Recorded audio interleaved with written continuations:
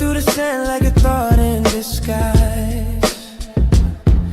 The scarab spins truth where the cosmos collide. Energy whispers, it never says goodbye. The Beatles crawl, the Beatles rise. Go to AmericanHealer.website now. Get the tools for health and inspiration the way God intended. Sort of burst the chaos, yet the chaos rise. My name Beatles, Beatles, Beatles, over and over, spinning the world in the grip of their shoulders. Beatles, Beatles, Beatles, under and over, rolling through time till the blackness is sober. The heat fades lower, the order begins. A stillness so perfect it hums from within. The void sings softly, entropy takes a bow. In the shadow of silence, the scarab knows how. The second law is dancing, feeding life through decay. The third law holds the promise that the stillness will stay. Rolling through the sand like a cloud in the sky. The scarab spins truth where the cosmos shine. Under and over, rolling through time till the blackness is sober.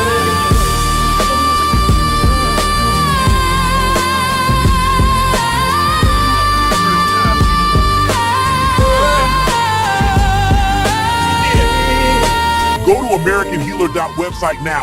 Get the tools for health and inspiration the way God intended. Rolling through the sand like a cloud in the sky. The scarab spins truth where the cosmos collide. Energy whispers. Side effects may include diarrhea, seizures, hair loss, eye loss, teeth loss, leg loss, divorce, getting arrested, diarrhea, death, paranoia, your friends blocking you, dizziness, prison, your eyes falling out, uncontrollable gas. You will die if you take this.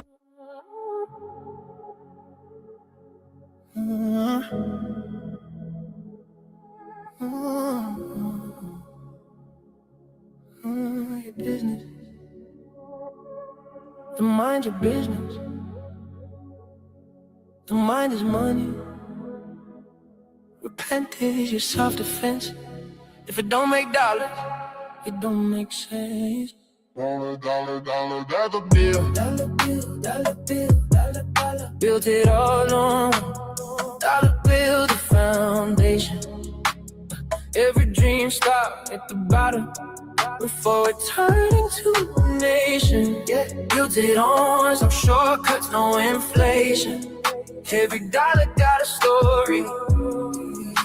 The currency of patience. Started from the bottom, now we started from the bottom. Started from the bottom.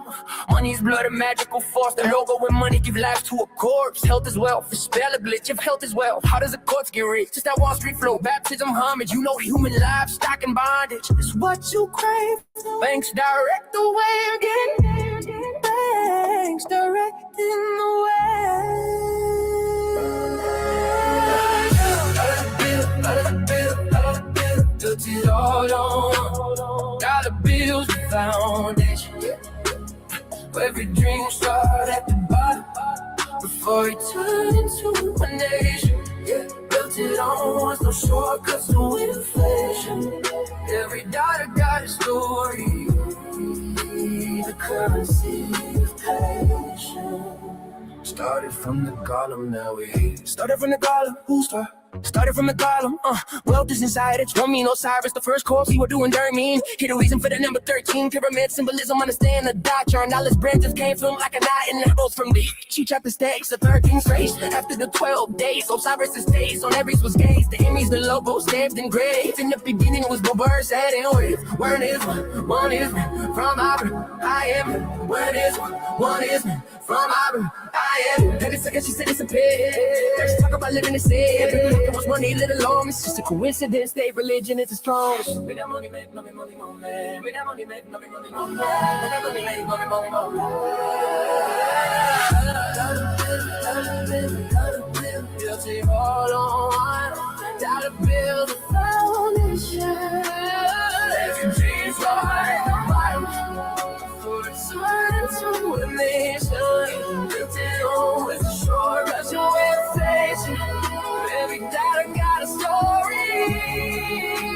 And currency innovation. So this walk on my vision never was empire. Built brick by brick, dollar by dollar. Know they can't stand. Honest for the flex, I was cannon every ground. Just under respect, my buffers, don't forget the time. Every nest I found some feet. I don't give up with the dream as a vision than a breathe. I should fake love, hope for paper. I seen paper turn to power. Got the truth in every tower. These veins don't take the hours. Residents never bring me out what you gon' do with this. I'm a pretty don't let you make the singers do it is. I don't work some money, I command it. When they go work, multiple logic. Dollar bills teach you economics. Train bills teach you standards. Make money don't straight on aliens. Get full of mass, different pride. But if you don't respect it, you're on hand. Try one for every time. American money, your side is standard. Seen as an opportunity. You want it left for it's a tribal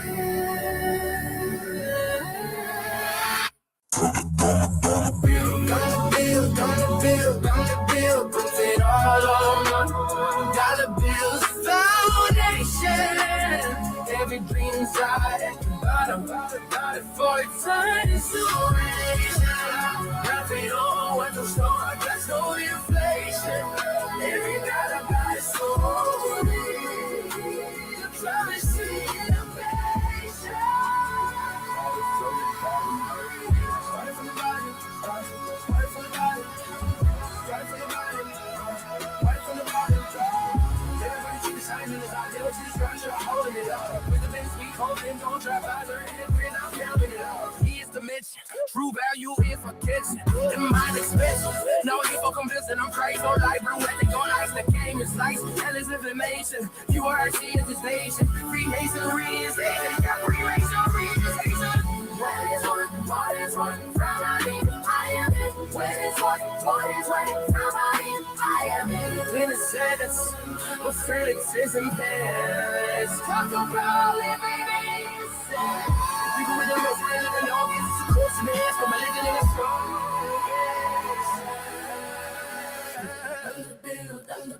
Dollar bill, goes to all dollar bill, foundation. Every drink star at the bottom before it turned into waste. Look at all what the song is from inflation. Every time I got a story. Currency imitation. Started from the bottom, started from the bottom, started from the bottom, started from the bottom. Made that money, made that money.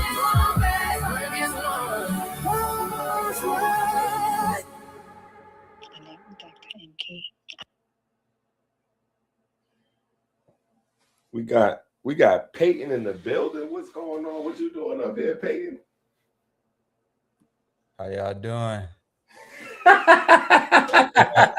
in the flesh. Yo, Great Dr. Inky, you know, extremely appreciative. Thank you for bringing me up. I just joined because you dropped the link, you know. Well, I dropped the link for our for my brother. He's supposed to tap in so he can expound on some masonry stuff. Who's your brother? Well, he's supposed to be jumping in here in a second. He's supposed to be jumping in here in a second. You know, I have to get somebody with more degrees than I have. Okay, so we in for a treat. See, I'm on the lunch right now, so I'm about to head back. But you know, I've been catching the playback, so we still up to date. Okay, yeah. I said, what does Peyton do? I said, Peyton to hit the link. Man, it's a real guy. Yeah, I said, a real guy, huh? Yeah. Black and everything, huh? Talk heavy. Yo. I said, yeah, my man Peyton to hit the link. Nah, it's nice to see you though. Yes, sir. Hey, look, don't let me hold the show up. Whenever you got to do what you got to do, get me out of here. Okay, here you go right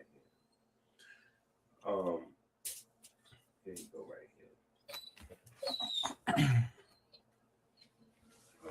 he'll be tapping in a second. But All look, right, man. Well, I'll see you later, I'm gonna show you my collection real quick. And okay, then yeah. Do your thing. Come on. Do your collection thing. real Do your thing. You in Yes, sir. here. Let me give it a second, y'all. I'm very proud of this collection. You know, like I said, Dr. Inky the Great. Definitely getting all the books we can. My girlfriend got her stuff up in here. All right, so. What's that trophy right there? What's that trophy? The trophy right there.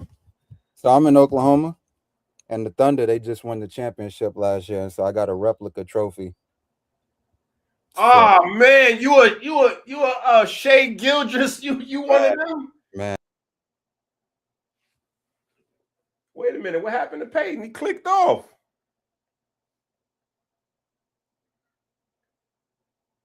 Before he even got to show us the collection. Where you go, Peyton? Click the link again so we can see that collection. You see how that go right there? My bad. All right, no, so that was the spirit. Let me tell you something. Hold on. Let me tell you something. That was the spirit of LeBron James that clicked on the live stream. All right, so this is my Dr. Inky collection. So we got a good little bit of books. Let me bring it out. You can see that. I like that. So then we got some tucked away on the side. Yeah, I like that. You know, but we got some special books over here. So we put you up here with some of this. You see that right there? That's the one. Okay. That one right there. Yeah, right there. We working with that little Shaka Zulu, Hill Harper. We got some stuff, and then we keep the business books down on the second level. We got some more Dr. Inky, but they in the bag. They all around. But look, when I like that. When I get the full thing popping, I'm gonna be back. All right. I like that. I appreciate that. Yeah, I like that. I like being. I like having books in that section over there. That's a nice little vibe right there. Hey, my crown jewels. Yeah, I like that. The ones that I'm looking for, you know what I'm looking for. I don't got them. I keep them too close. You know. I was about to say you probably working with them, so that's why I can never find books, because the books that I'm working with never in the library. One of my favorites. Yeah. Talk heavy. Yeah, we got some good stuff here. Now some of these, let me see what I. Oh man. Yeah. Oh, man. Yeah, talk heavy. That's the one right there, man. Oh yeah, some of these. Let me see. I probably got another 20 books everywhere. But yeah, I'm about to jump off this, so you get busy. All right, appreciate you, bro. All right. There you go.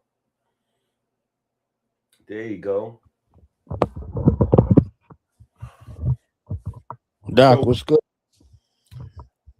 Everything, nothing at the same time. We didn't do this in a minute, right? And I'm on the other side of the screen. This is wild. So I gotta, myself. I'm on the other side of the screen. We've been doing this a long time together off the rip. That is a fact. I just popped in here. Like, who this motherfucker who just popped in here? We've been rocking for a long time. And I always been on the other side of the screen. Every once in a while we might jump somebody.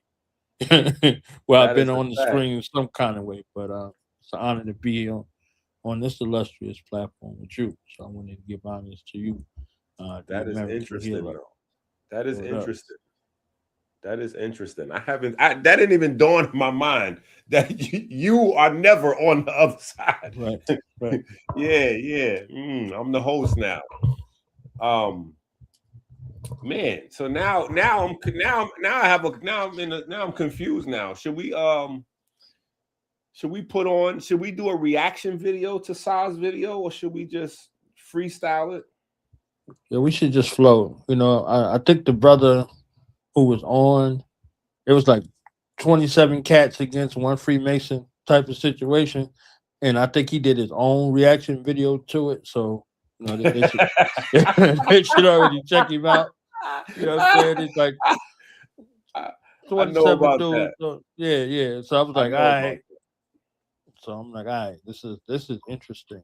And I definitely know about that, but I don't know, man. I think I might still have to pull up, watch some segments of that, because I got a lot of people that text me and was like, "Yo, Saz running a Freemason video. You know what I'm saying? You might want to jump in there." And I seen some wild comments and statements, and but at the time, I Tuesday nights we do like a regular show on one of my other brothers' platforms called Comedicine. It's like a podcast slash health show slash roasting session slash. You know what I'm saying? Like it's it's a wild show, but so I didn't have time to I couldn't jump into the other, you know what I'm saying? I didn't have time because those conversations over there be conversation slash argument, you know what I'm saying? Them joints can potentially go all night, you know what I'm saying? Especially for nothing. Right. For nothing. For absolutely nothing in the end. Right. So I didn't have a chance to jump on there. All right. So I guess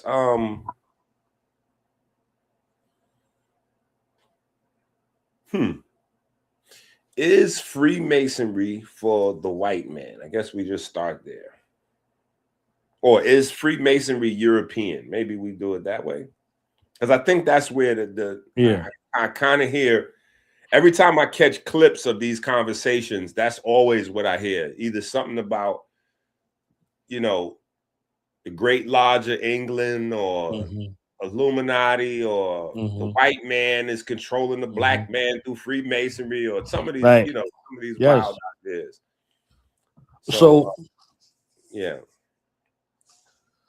The thing that we should establish first, that there are people out here who do wild stuff in our name. So if we if we run away from that, then we further along. And I think that was the part of the thing where we be trying to do too much damage control and this and that. It's like, no. But that's human nature, though. Yeah. Any group of people, you're gonna have people that do, like, if you look at black people as a whole, you got people that kill people, people that heal people, you got people that rob people, you got philanthropists, you got rapists and killers, you got accountants and teachers, you got any segment of society, you're gonna have straight people, gay people, fat people, skinny people, like and it's. But if we don't, like, when they go to us, because they, there's a quote unquote certain level of mystique, and then there's a certain level of what I think I know about what you do and all that. If we don't acknowledge that there are fools out here, and these are other people who have done things in this name in particular, we get specific and say, hey, these guys did this stuff. That's not affiliated with what we do. Let me tell you about what we do. Like, for instance, just an example, right? On the general thing that you're talking about, the Black Panther Party guy out of Philly, right? Recently got a lot of buzz. Everybody's looking at this dude, blah blah. So the people are like, "Yo, get out of here with this dude. This dude is a blah blah blah. This. They did all of that stuff, right? But nobody said, "Hey, this is what we stand for. This is who we are. This is what we do." So we started doing this thing since Masonry came out. Anti-Masonry was birthed the same day it was birthed, right? So when you start to look at it, it's like, all right, this comes out as a thing where I want to keep people away. So I'm like, hey, they drinking kangaroo blood up in there. You sure you want to go up in there? You understand what I'm saying? So you get far-fetched and crazy. But are there people that existed on the planet that have done things wrong and they have been affiliated? Yes. Let's deal with that first, so then we can deal with the best part. We get the poor part out of the way all the way. You understand what I'm saying? Like, have there been people from different walks of life that come into this way and did wrong things? Yes. Let's acknowledge that, and then now we can deal with the actuality of what it is you really want to know. You understand what I'm saying? So it's like, I saw most of the stuff that's written, most of the stuff that's online, most of the stuff that's in the movies. all of those things. Like, so anything before the internet, well, most of the books that came out, read them all because you have to be familiar with what's out there. And 80% of that stuff that's written, that's largely circulated, are by non-members. You see what I'm saying? Right. So adding further mystique into The what the it was. small clip that I watched of Sai's video when I jumped in Mhm. there was one of the Israelite brothers saying that the god of Freemasonry, his name is Jabulon. Yeah. And you have to be a believer of the religion of Jabulon. Yes. Yes. Yes. And he was adamant about it, right? And he was adamant about it. He was Very adamant about it. He had some facts. Yo, I loved it. I loved it because I did an interview with him. I've been on 3 platforms, including this one, talking about Freemasonry. Dog Diamond's platform, Yara's platform, and this one. No place else do I really talk about the craft. And it just was haphazard that this happened. So I'm like, okay, he didn't ask me that. You understand? Like, he didn't go into any of that. And then the video he showed, it's like you're bringing these other people's floor work over there. And then they said this guy was in there filming mysteriously. You can, like, you understand what I'm saying? Like, Ink, like, we've been in the lodge, fam. Like, you, like, what do you think you're going to be able to be doing over here? Like, you can't even get a camera in there. How you gonna get a camera in there? That's crazy. If you're filming something, somebody wanted you to film it. You understand what I'm saying? Like, what do you, like? You can twist it and flip it up. A Catholic dude in the Masonic lodge. Are you crazy? So when people don't know, they assume like, okay, all of this stuff is together, blah blah blah, this and this, and you can't be a Luciferian and be no Mason over here. I can't vouch for what they do over there.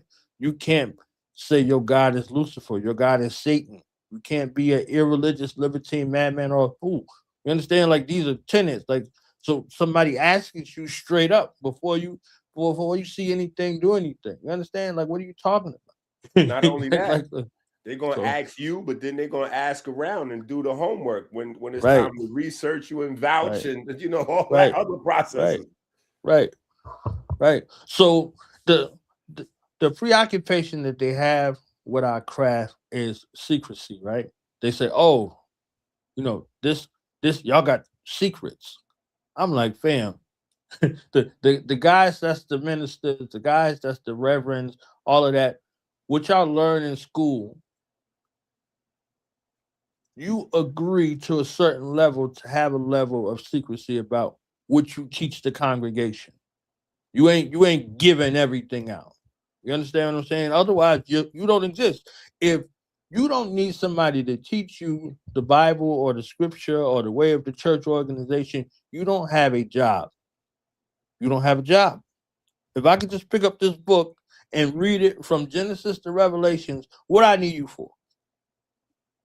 So if you're a guide, if you're a counselor, if you're doing this, blah blah blah, that, then you have that. Like, so they'll say that and ascribe that to us as if nothing else has secrets. Like, all right, let me go on the Senate floor and say, hey fam, what bills y'all passing up in here that's gonna affect my family for the next 100 years? You can't go. They ain't like, hey, let me go in the judge's chamber and see, all right, what they deliver, like, what's going on up in here, like what you doing up in here? Oh, let me go to the precinct, my local precinct, right? That's public out there, and walk in there and say, hey, where y'all rating at today? You understand what I'm saying? Like we go through these things and then give the mystique to something that shapes the Western world. Back to your question, something that's adopted and shapes and gives quote unquote space of morality to operate in the Western world, and then you're in it and you're subjected to it, but then you acknowledge it as something that's apart from you at the same time. You understand what I'm saying? I was like, yo, you work somewhere? The guy was like, yeah. I was like, did you just walk in and say, I work here now? Or did you go through a screening process? Did you go through an interview process? Did you go through a background check? Shit, McDonald's had you pee in a cup for $6 an hour. You understand what I'm saying? Like you walk in a place like, hey, I want to work here. They like, hey, well, you gotta have this uniform, but before you go, you do all that, go pee in this cup. You gotta pee in a cup for $7 an hour. And you looking at us like we ain't never asked you to pee in a cup. You understand what I'm saying? But you like, oh, these the extents in regards to how these things go when you don't have the articulation to describe what you do to the general public. So they have to make it up in their own imagination. You see what I'm saying? So a lot of cats they run from questions, they dodge questions, all that. I'm like, what you want to know? I spent the last 2 decades and a half talking to people who got all of the questions, all of the people who on the fence. They were like, yo, call knowledge. Let them talk to such and such. Oh, call knowledge. And you go sit with this family. Oh, the wife is uneasy. Go sit with this family about it because I utilize the time in the craft to learn how to properly articulate this. Because you can't articulate it to the membership, they're not going to articulate it to the public. It's a bunch of people who've been in this craft. They've been acting like uh, entered apprentice for the entire time that they there. You understand what I'm saying? Maybe you might get a semblance of a fellow craft, but most of the time, by and large, regardless of how many degrees and what they done, they've been running around here timid, shook, and afraid to talk about something that they claim they love and they've been doing most of their adult life because the articulation is there. And, us in the lodges haven't done a great job in articulating that. Our counterparts, on the other hand, say, yeah, come on in. Yeah, we're having dinner. You can ask us any questions you want to ask us, blah, blah, blah. Oh, we're having an open house. Oh, we're having this. Oh, we're having that. On the other side, it's like, oh no, we can't say nothing, we can't do this. Who cares? This stuff is public knowledge. This dude pulled out a Duncan's ritual and put it on the screen. So if it's a secret, how did you get that? Like, how is this available to you? How is this video available? I be telling people all the time. Like, come on, stop them playing. joints is free on the internet and $10 in the store. Right. You go to any bookstore, they're not gonna ask you nothing. They're just gonna check you out, fam, and go. You're gonna be gone. So and not check you out like examine you. Right. They just gonna check you out at the checkout. Like they just gonna ring it up. You want fries with that? That's it. You just purchasing that and you out of there. So it's that's not that's not and now let me say this. Disclaimer. Almost none of Freemasonry is in the book. Let me just say that part. Almost none of Freemasonry is in the book. So, because people try to read the books over and over and over and try to memorize stuff, and you still not going to be, you're not going to look like an actual Mason because the spirit is not in the book, and that's something that I talk about in terms of science and chemistry, not necessarily in Masonry, but in chemistry. I talk about that all the time, that you have, in science, you have elements. You have calcium, you have magnesium, you have iron, you have, molecules, and you look at them on paper written down. But those chemicals are not what life is. Life is the thing that emanates from those chemicals. So it's like music, and I use music as an example. You have sheet music. So you can look at sheet music and you can look at the notes, but the sheet music is not what you hear in your ear. It's not the sound. It's not the harmonious acoustic waves that your brain registers and sends through your nerves and bones. It's not that. So there's a large difference between sheet music and actual music. And that's a big part of, I think, that's a big part of the online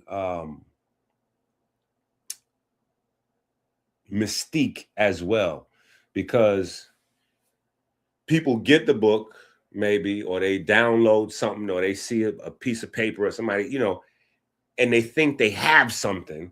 They think they have something, and they don't realize, okay, oh, I look at this on page 68. I got your handshake right here. Look, this is the handshake right here. Okay, so you got the handshake on page 68. Now, what does that handshake get you access to? What you doing with that? Where do you go with that? How do you apply that? What is that used for?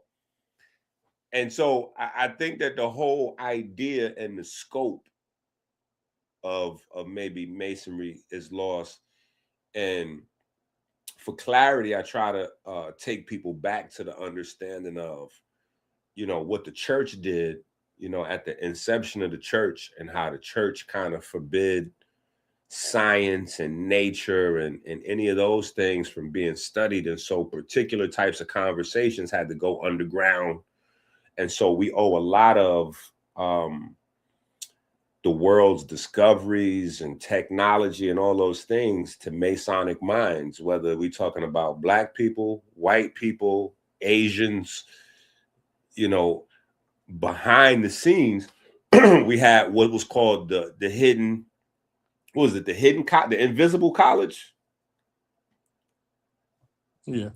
Yeah, the invisible college. And so a lot of these, people that we look at in science, especially during that little Renaissance era,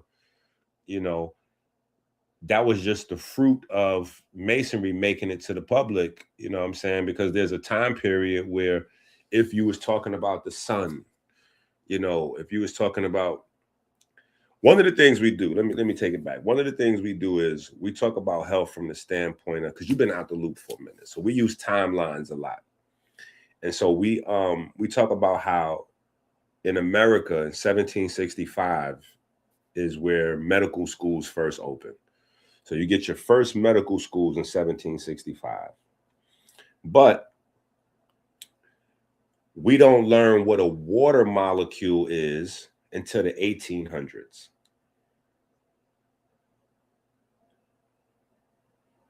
So the human body is made out of water.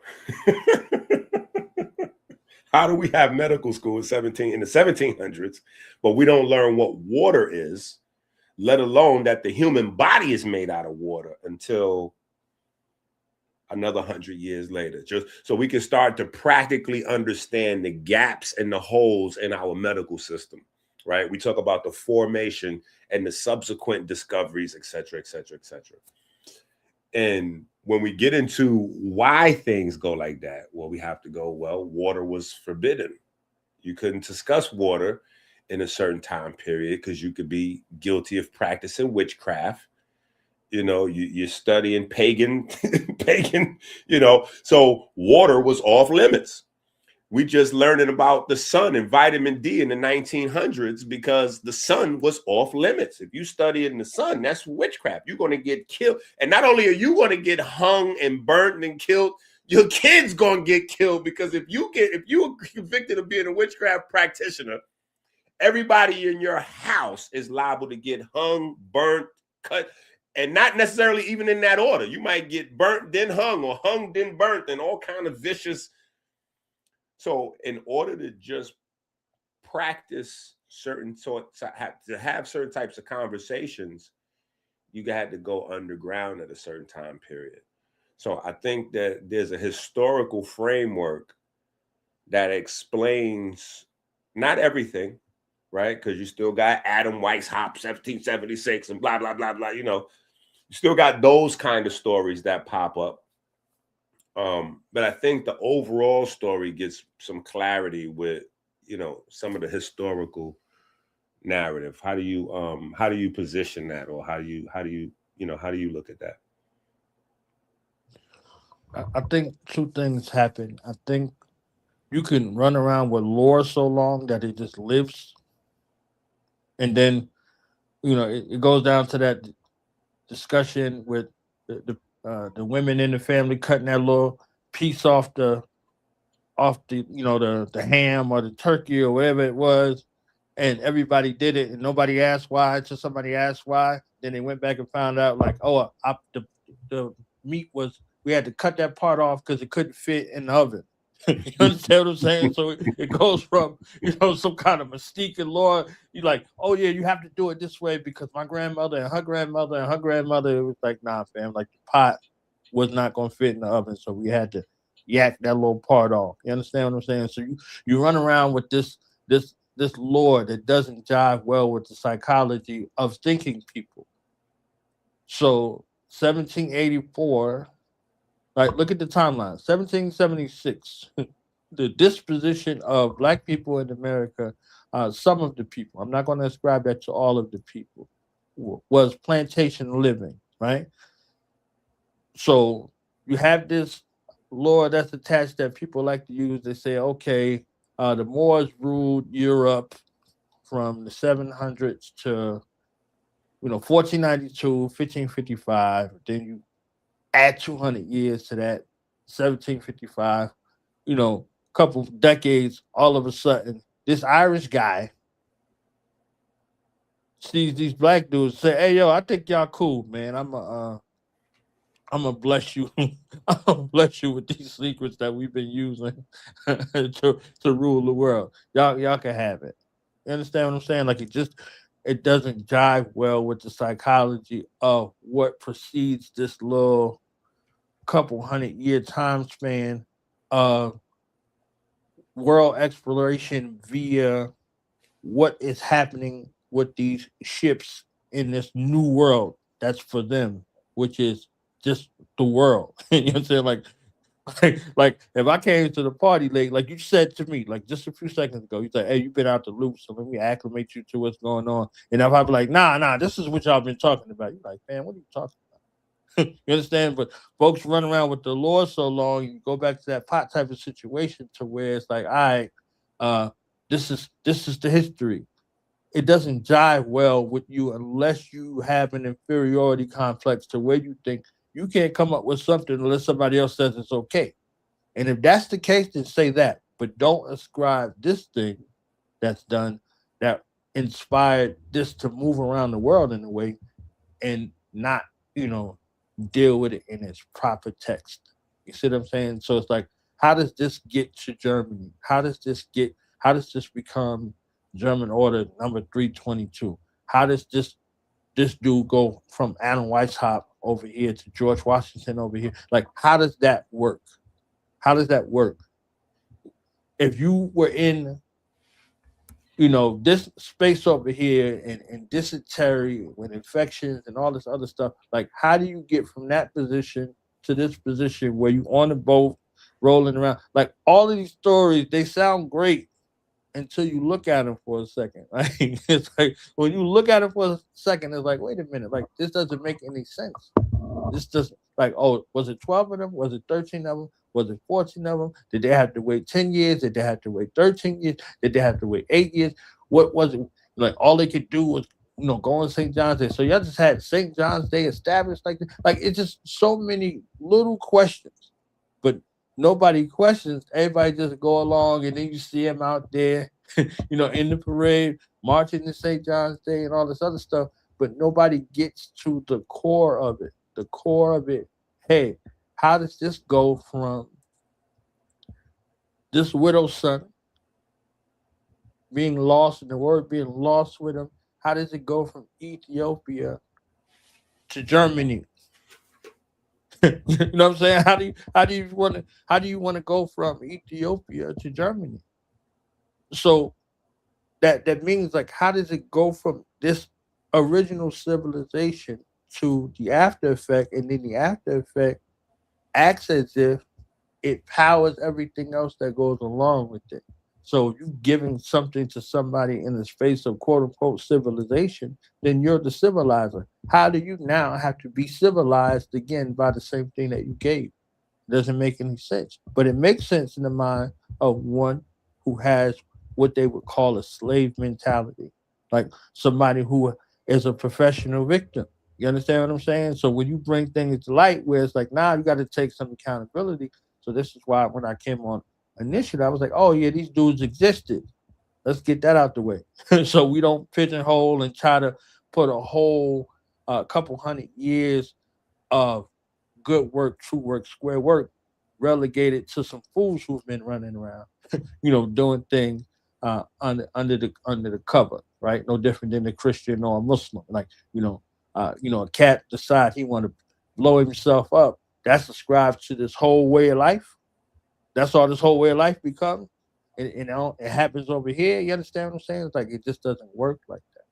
But I think again with the Lord, we have done a poor job with properly articulating to the membership, and then with the membership espouses to the public, which is mostly nothing. You see what I'm saying? So mostly nothing. So it's like, I get in an argument with my woman and I don't tell all the details. Guess what? Her imagination is going to run wild. Okay. So in that, wait a minute. So right there on that note, what is the Masonic way of life?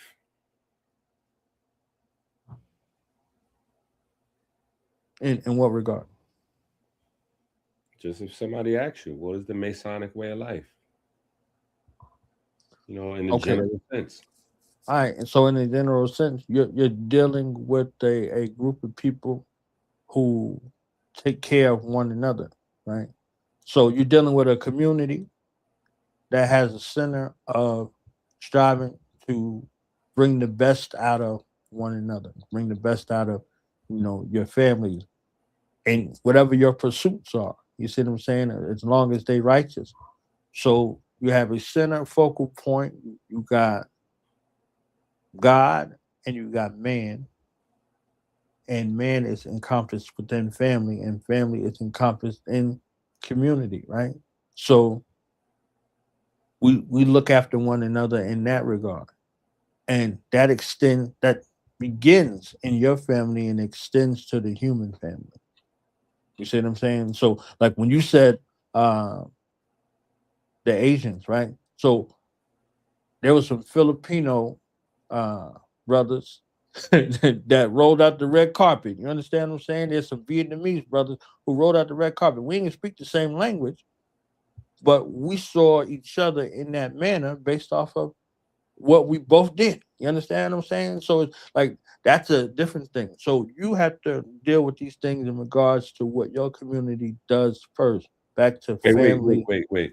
When you say there was some Filipino brothers that rolled out the red carpet for you, and Vietnamese brothers that rolled out the red carpet for you, what do you mean by that? Expound on that. So you were in the Philippines, or they were here in the States, or you went to Vietnam, or what? Like, what do you mean by that? No, where we. All right, let me back up because that was great. That's why he the doctor. You understand what I'm saying? We were at an event, and they invited us from our event to their event. We were in California, so they rolled out the red carpet over there. It was like, oh, the brothers are here, blah blah blah. You see what I'm saying? And so it's like, all right, we went over there, we fellowship with them, and then the next night, there was some Filipino brothers that heard about us, and we was there, so we was over there with them. You understand what I'm saying? So it's like, Cali. yeah, this is Cali, but this is, yeah, it's not an anomaly to California. It's, travel is travel, right? Um, I could give you another example. There was a brother of mine. He had lost his passport at the airport, so he was, basically stuck, right? So he told me he went to the where they make the announcements, and he said, "Can you make an announcement for me? Mr. Boaz has misplaced his passport, and if anybody could help him out, please come to the information desk." He said 50 people came over there. 50 people came over there because Mr. Boaz had lost his passport. That's a hell of an announcement at the airport. Right. And the fact that they did it, you see what I'm saying? They'd be like, hey, get out of here. What are you talking about? So it happened to him, right? So these are the kind of things to where I this was an emergency situation, and this emergency situation, the brother was able to uh, get where he needed to go and do what he needed to do based off of that, right? But again, like this is a family thing first, right? So if these tenets and principles were there in your family, automatically, and then extend it to the community, and then extend it to the human family to see one another in that manner, right? To go beyond like, different races, creeds, colors, with all of the calamity and the foolishness that's going on, it goes down to like a basic sort of need. So this Masonic way of life is to extend, you know, your hand in fellowship to your fellow man, whether they uh, are a Mason or not.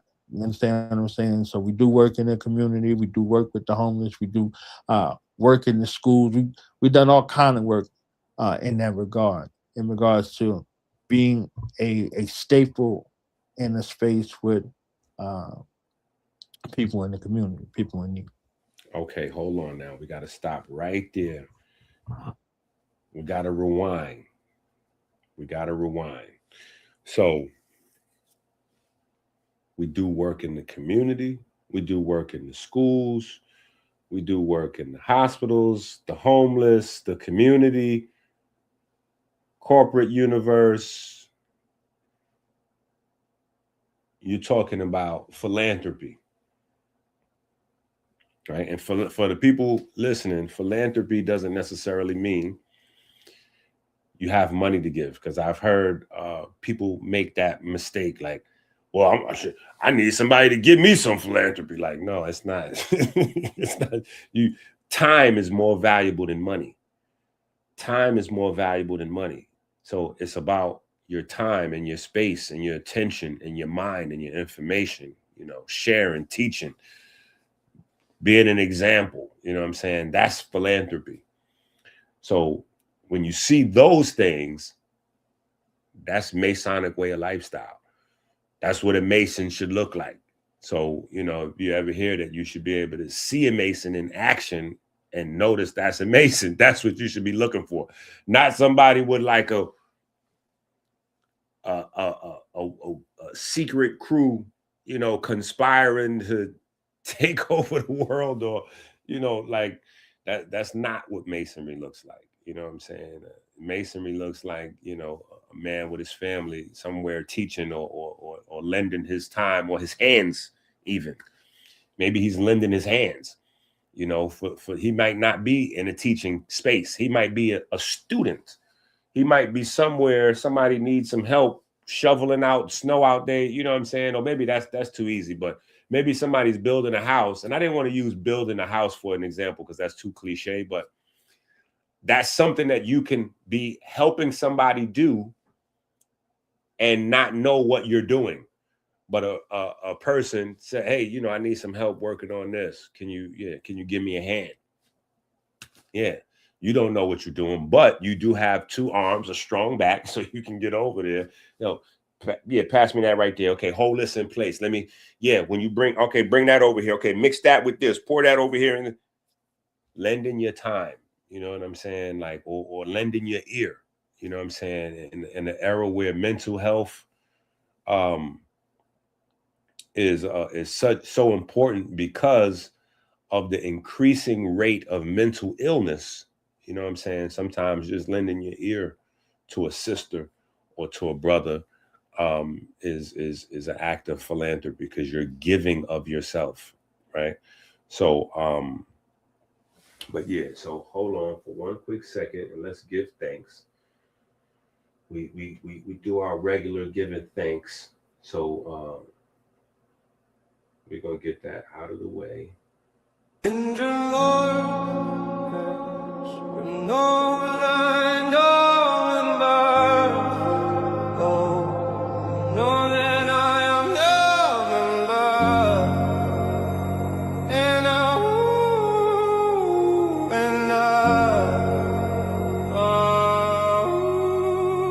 We give thanks and praise to the Most High God for the divine spark that set ourselves into perpetual motion. We give thanks for the magnetism of the Most Holy, the magnetism that repels and attracts the ferry boats of light 60,000 miles every 60 seconds throughout our vessels and caves. We give thanks for your ability to drink clean water every 60 minutes, flooding the river of life. We give thanks that sugar has not covered our ferry and turn them into stone. We give thanks that darkness has not covered the riverbanks with calcium and turn them into stone. We give thanks that anger and fear have not turned our almonds bitter, turning our heart to stone. We give thanks for smooth sailing upstream through the valley of death, through the superior vena cava into the right atrium. We give thanks for smooth sailing around the heart through the corona crown, joining the vortex in the right atrium. Yeah. We give thanks for the perfect black solar repeater that induces the primary electromagnetic wave, opening the mouth of the Kodesh HaKodashim. We give thanks for the mechanic predicts when the mouth of the Kodesh HaKodashim closes.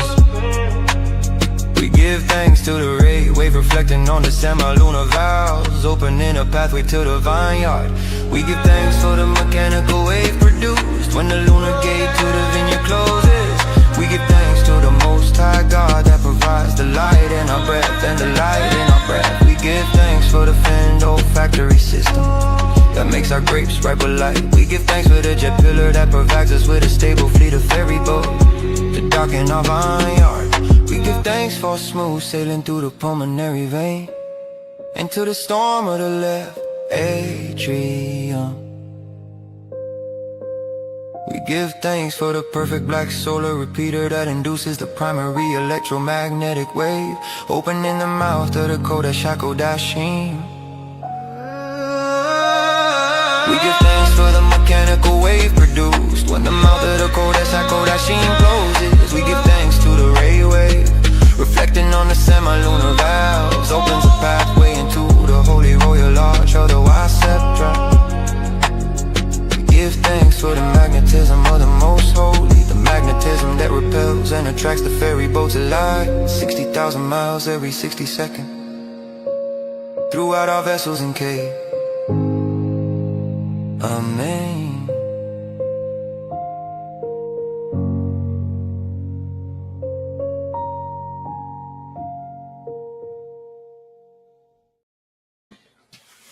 Okay.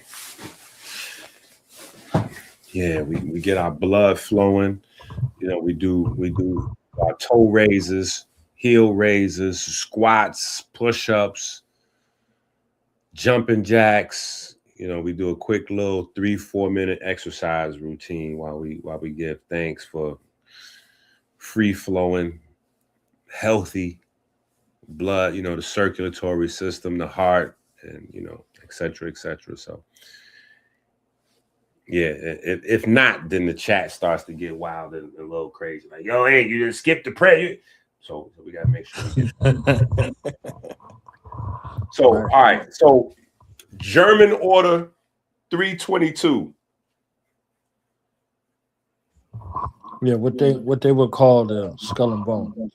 Yeah, German Order 322, skull and bones. Mm-hmm. What is that? Is that a Masonic organization? What is the German Order number 322? What is the term order being used as a group of people? Is it being used as a directive to follow? Is it being used as an entendre to mean a group of people with a directive to follow?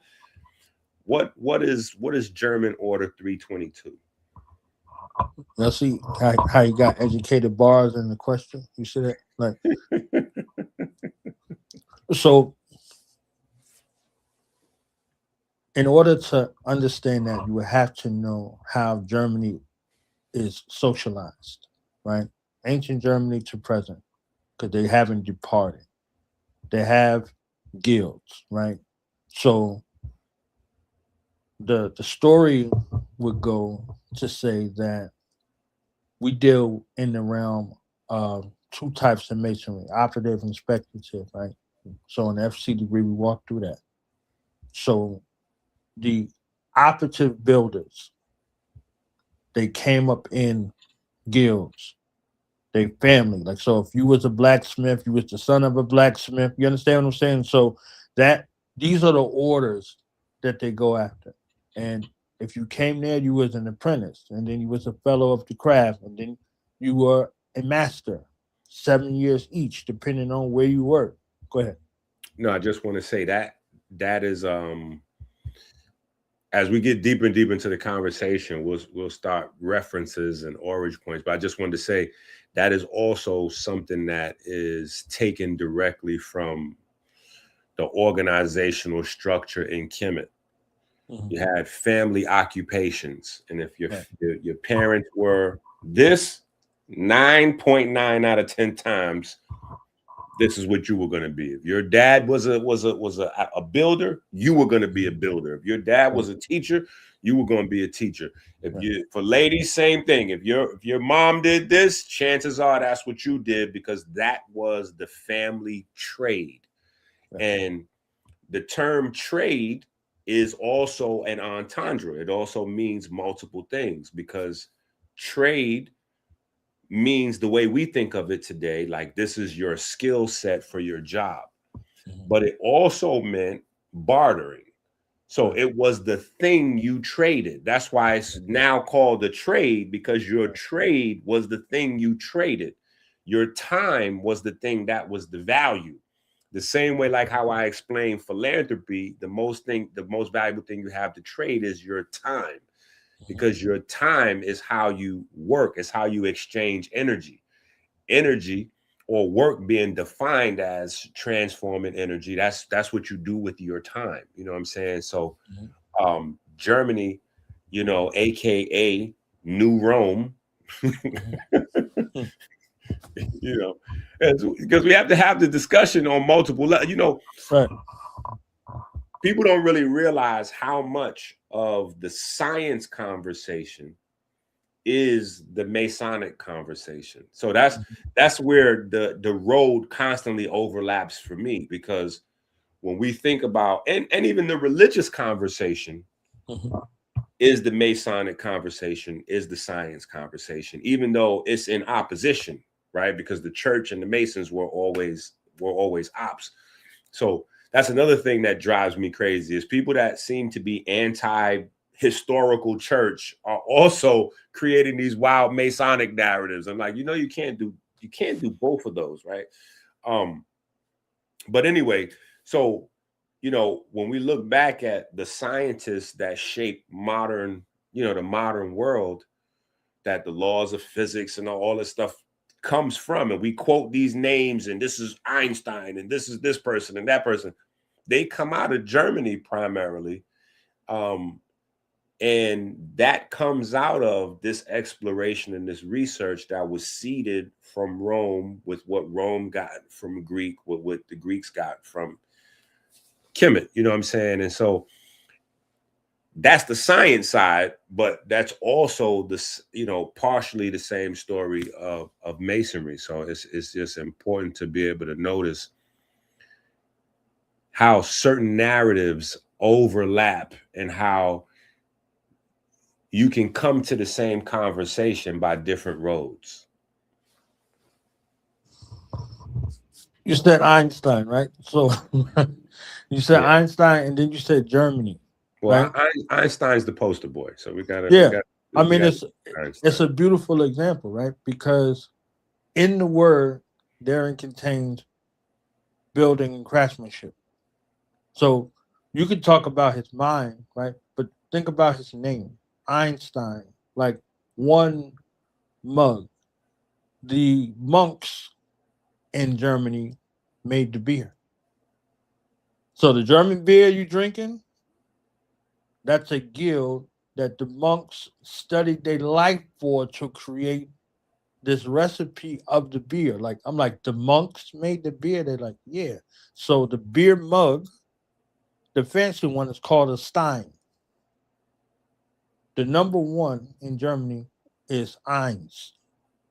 So Einstein is like that one mug, that one mind, like this space where you're looking at this focal point or this source. So now look at the Western world looking at this, relegating these things to this one mind, right? Wait a minute. So Wait a minute. Hold on.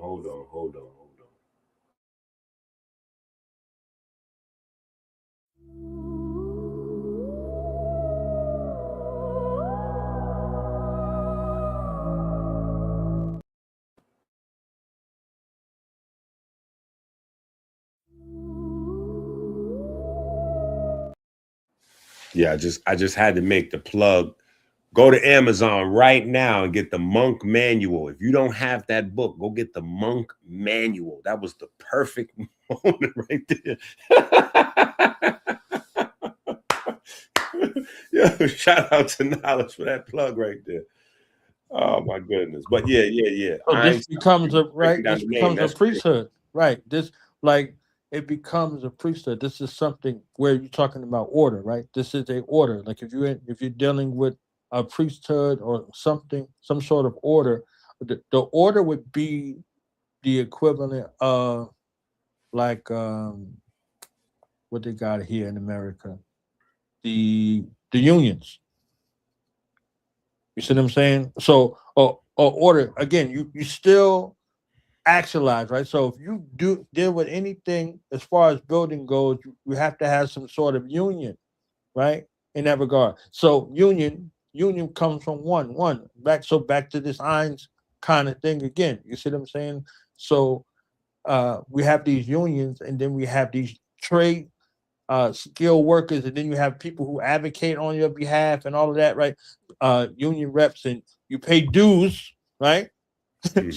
So Doc, they'll look at us and be like, "Yo, y'all crazy, blah blah blah. Oh, you got to pay your dues. You have to pay your dues. Period. Anywhere you work, you have to pay dues. You have to pay into something for your health care, something for your life insurance. You don't get a choice. You understand what I'm saying? Like these things are deducted. So if they hire you on, you become a liability to them. You're not really an asset.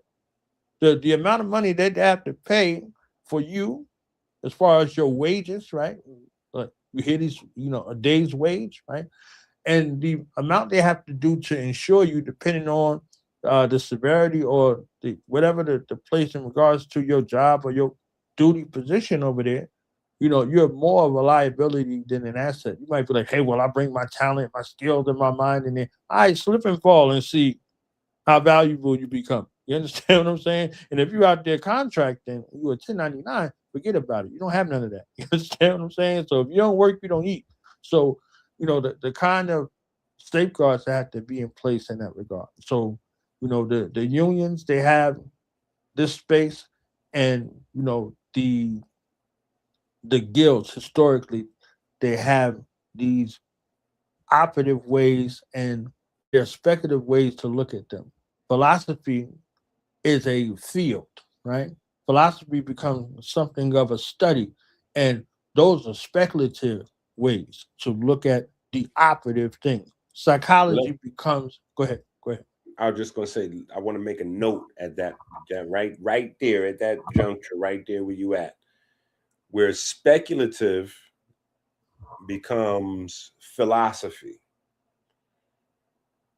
That is the intersection of science because philosophy is the predecessor of science.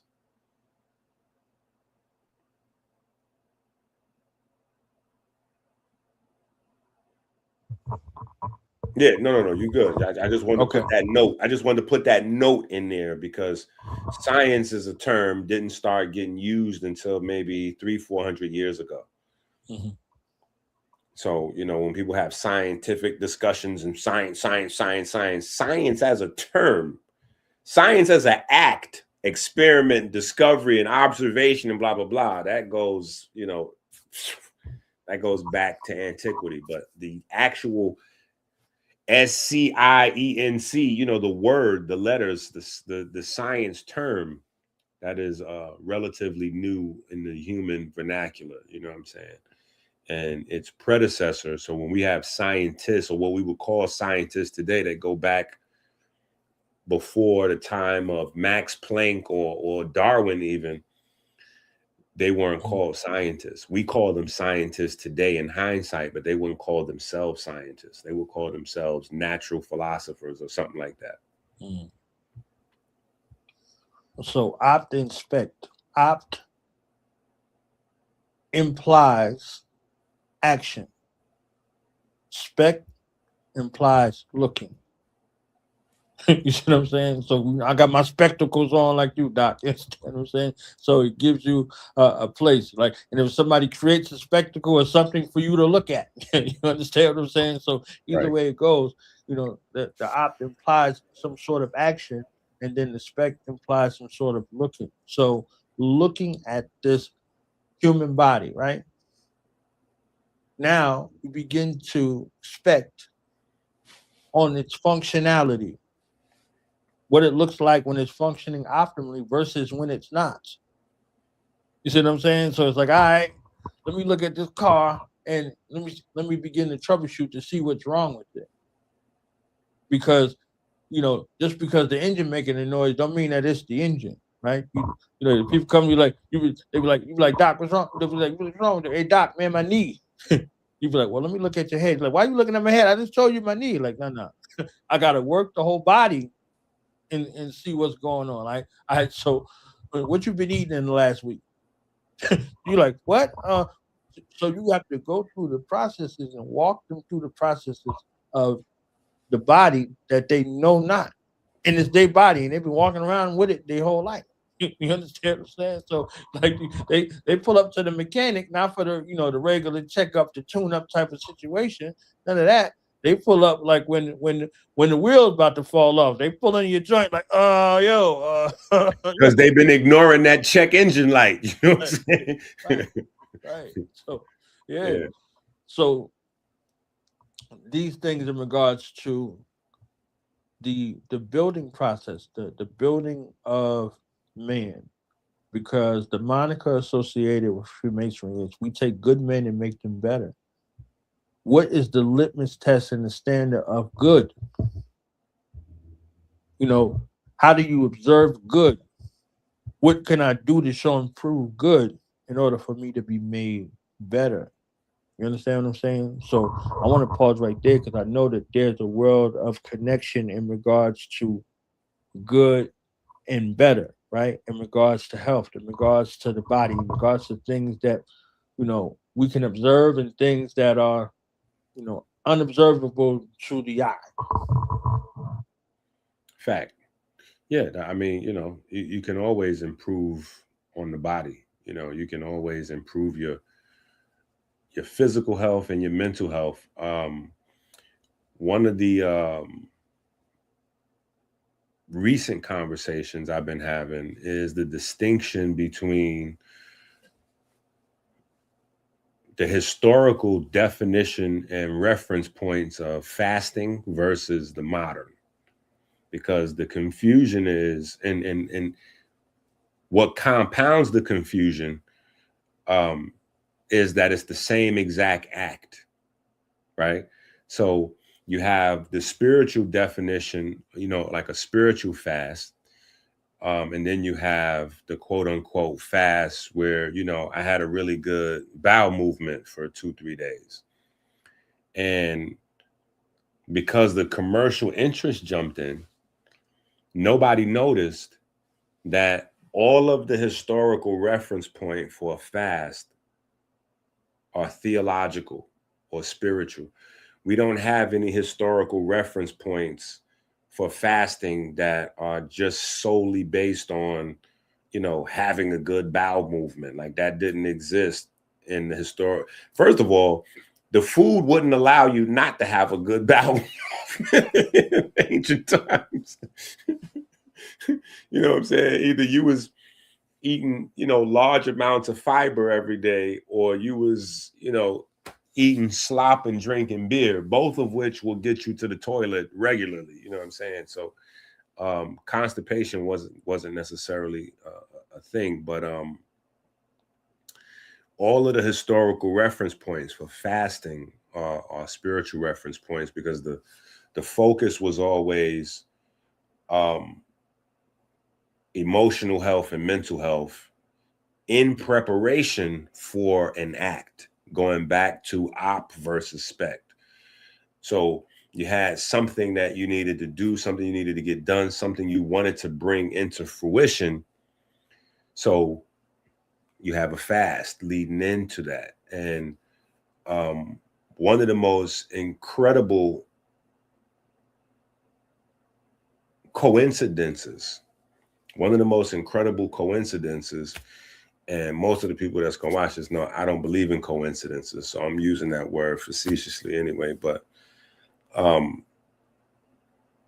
one of the most incredible coincidences is that theology is all about observance and bringing things from the unseen into the seen, things from the unseen world into the seen world.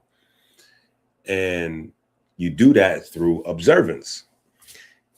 Theology, though, what's crazy and what makes it a coincidence for many people, I have to constantly exclude myself, is that science, via the double slit experiment, tells us that the act of observance is how we collapse potential into actualities.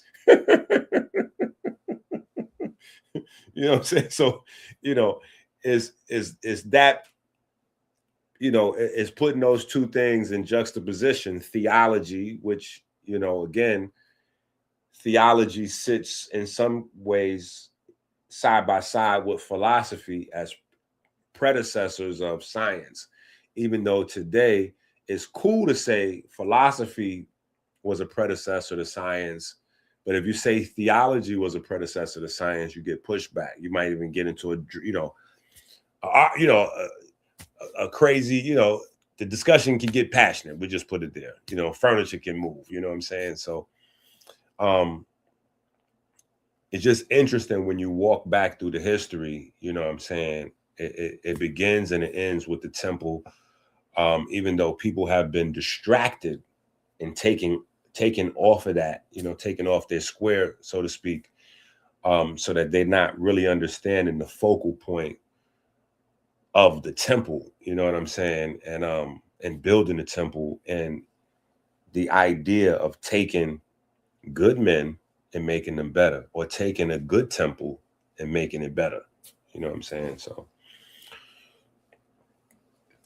there's always a lot to unpack. That's the beauty. That's the beauty of having a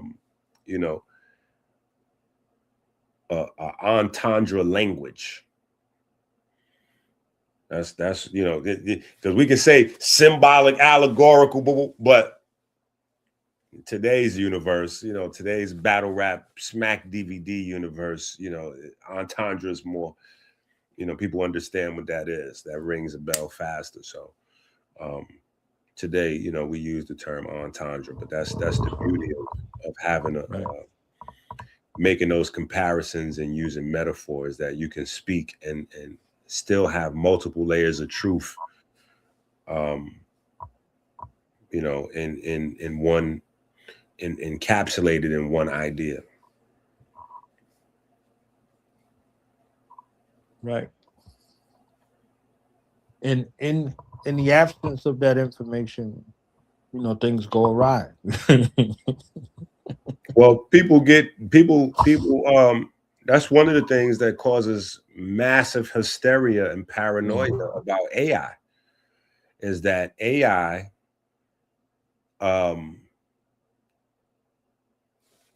uses everything at its disposal to improve itself. AI uses everything at its disposal to improve itself. And so what I keep telling people is, yeah, but AI is programmed off of us. That's what we're supposed to be doing. we just aren't used to having another person seated at the table with that kind of ability and drive. On planet Earth, a lion is going to be a lion is going to be a lion. A lion is not going to try to improve his station. and you know, a lion just going to be a lion. A whale just going to be a whale.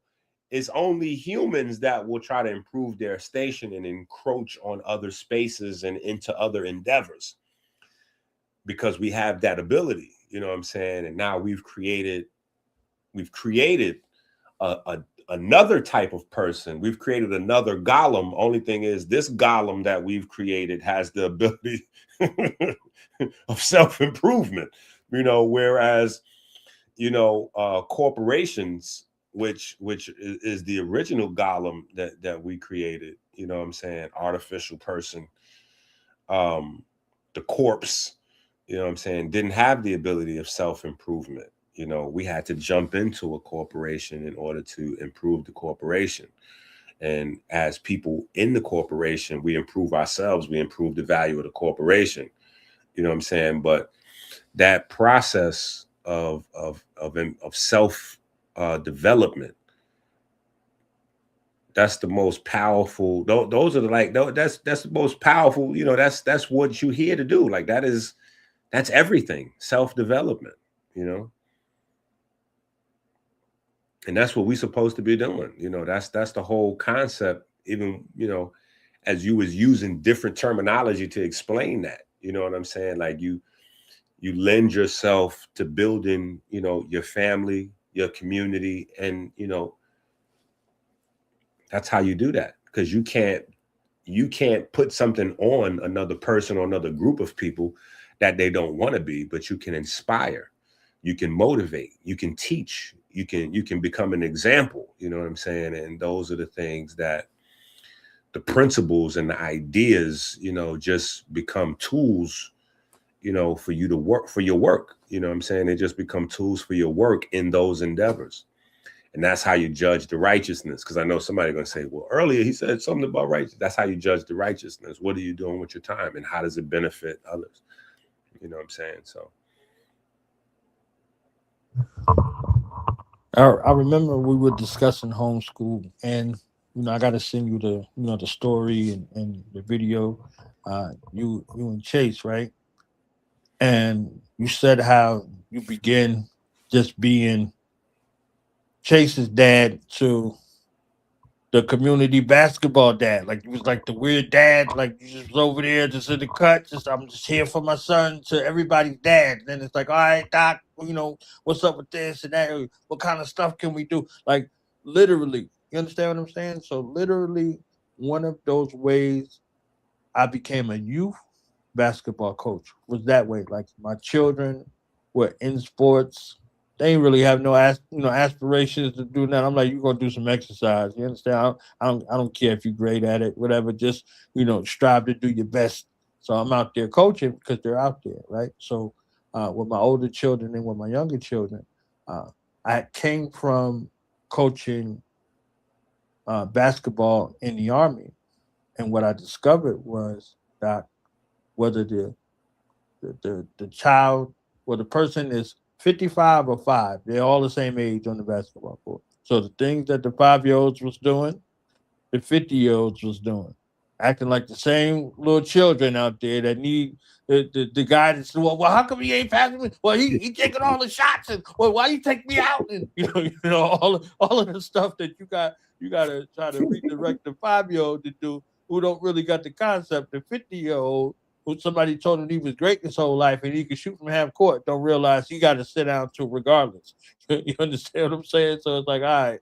So focusing on things that are important and how to take those skills that you're learning on the basketball court and apply them to life. So that became the strive over the last couple of decades with equipping people with life skills in that regard. So you can take something that's uh, a speculative type of situation and you can make it operative based on how you apply it in your life, the evidence in your life, the evidence in your being, the evidence in your family, the evidence in your community. This is how you make it operative.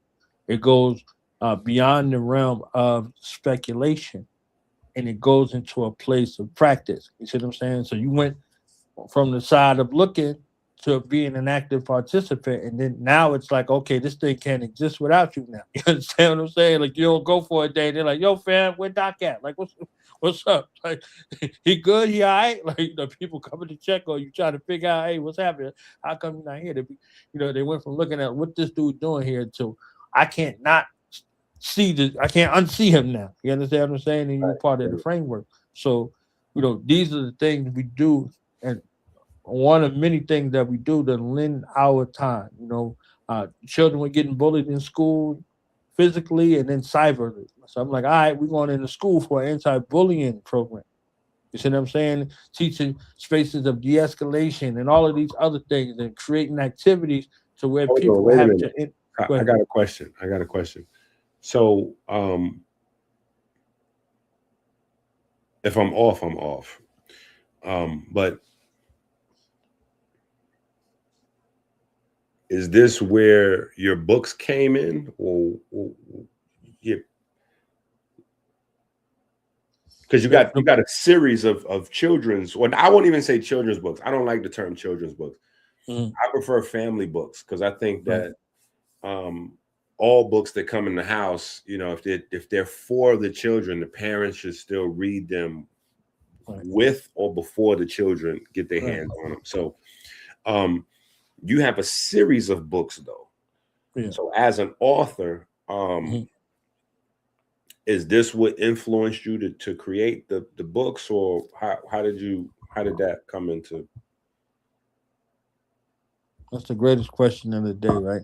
I get to, me and Doc go back, but we don't get too personal unless it's personal. You understand what I'm saying? So now I get a chance to get a little personal with Doc. Well, I don't get to get in this seat, so I'm in this seat now. Normally I'm over there, right? So normally I'm the interviewee. Right.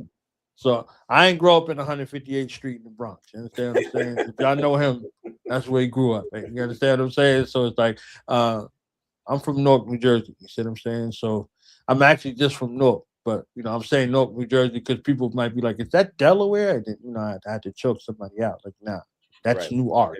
Right. That's I'm from Newark. That is not yeah. Don't ever right. So I'm from Newark, New Jersey, and I was what you consider an at-risk youth, right? So that was an at-risk youth looking to reform at-risk youth. So picture that, right?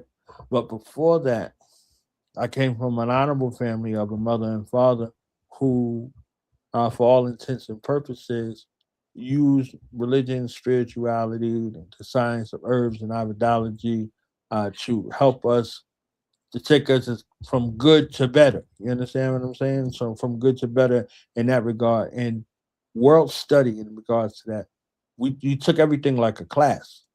So when we went through the Islamic school, we went through it like a class. You understand? When we went through the church school, class. Buddhism, class. World religion as a whole, class. So whatever we wanted to study, we learned together as a family. So it was a classroom. So class was a session at all times. And whatever you gravitated towards, that's what you gravitated towards. So for me, one of those reclamation sort of things, like my mother, the science and the religion of Islam, right? So with that, there's certain things that you are afforded and some sort of access to, right? Wait a minute. So, Quick question. Go ahead. We're gonna come right back. Just a quick question though. Mm. So you're a Muslim Mason? No. At some point in time, you were a Muslim Mason. Yeah. Okay, so that means you were following Allah as a Mason, not Jubulon. right. Not Charlie Murphy, right? Yeah. I gotta keep coming back to this. The next time me and Yara have a conversation, like, I can't believe he came. I cannot believe he said that. Like, what he says has merit. So he just used a false equivalency to prove it. It was so crazy. What he's saying, that those words exist, but what he used to try to prove it was a false equivalency. So you talking about ruffians versus a deity. You understand what I'm saying? Like he had no idea what he was. It was pure gobbledygook coming out of his mouth. Like that was crazy. Look, I appreciated it because I've seen him debate over the years, and I know, kind of his tactics, right? So there's a way that he presents himself my in a certain guy. kind of way. Yarad's Like, my guy. That's why it broke my heart to see him looking so crazy like that. It broke my heart looking at him. Look. You know what I'm saying? That's he's like gonna die on that hill, regardless. He's going to die. Yeah. Yeah, he's going to die on that hill. It's like, all right, this is where I lay down. this is where I will lay down. Right here. You understand what I'm saying? Moron. All right, go back to the book. Go back to the book. So yeah. So it makes sense in that, in that regard. And I was dealing with the religion of Islam for about 25 years. Been to Mecca twice, all of the stuff. So, all of the bells and whistles that go along with that. And from that to the Sufic, Sheikh Ahmadu Bamba initiate line, not the Indian line. All of this is in my family, though. Like, all of it's in my family. Like, my mother's side of the family had the Universal Hegel Spiritual Church. That's the first place where I heard that the black man was God, right? Now, before the gods. Wait a minute. Go ahead. Because many people don't, and we don't really got to open up the can of worms, but you kind of on purpose. Right. The Sufi orders represent a whole nother initiatory fraternity, if you will. Yes, exactly. 100%. And you have to be vouched for. You don't just get to choose over here, and they check your work out over on this way. So you have to be firmly grounded in the regular Islamic way in order to be chosen to go into the Sufi orders. So somebody got to observe you, somebody got to watch you, somebody got to bring your name back over there. Now there's a couple of more people, and you go through a process of being initiated, right? So you go from the perspective of worshiping Allah to seeing Allah face to face. That's the greatest way I could describe that. You understand what I'm saying? You go from this believer, from the believer to the knower, right? So that perspective has always existed, right? And everybody has some sort of esoteric, through line in regards to whatever spiritual system that you're dealing with. So the general public gets this, and then the other folks get this. I was touching on that the other day. I was telling them that the older, more hardcore religions all have within their paradigm, they have what they consider to be the truth, and that is always a secret group of people with other types of practices that are not mainstream. You know what I'm saying? And then even within those groups, there are other groups. So secret societies usually remain secret. Most people don't know about them.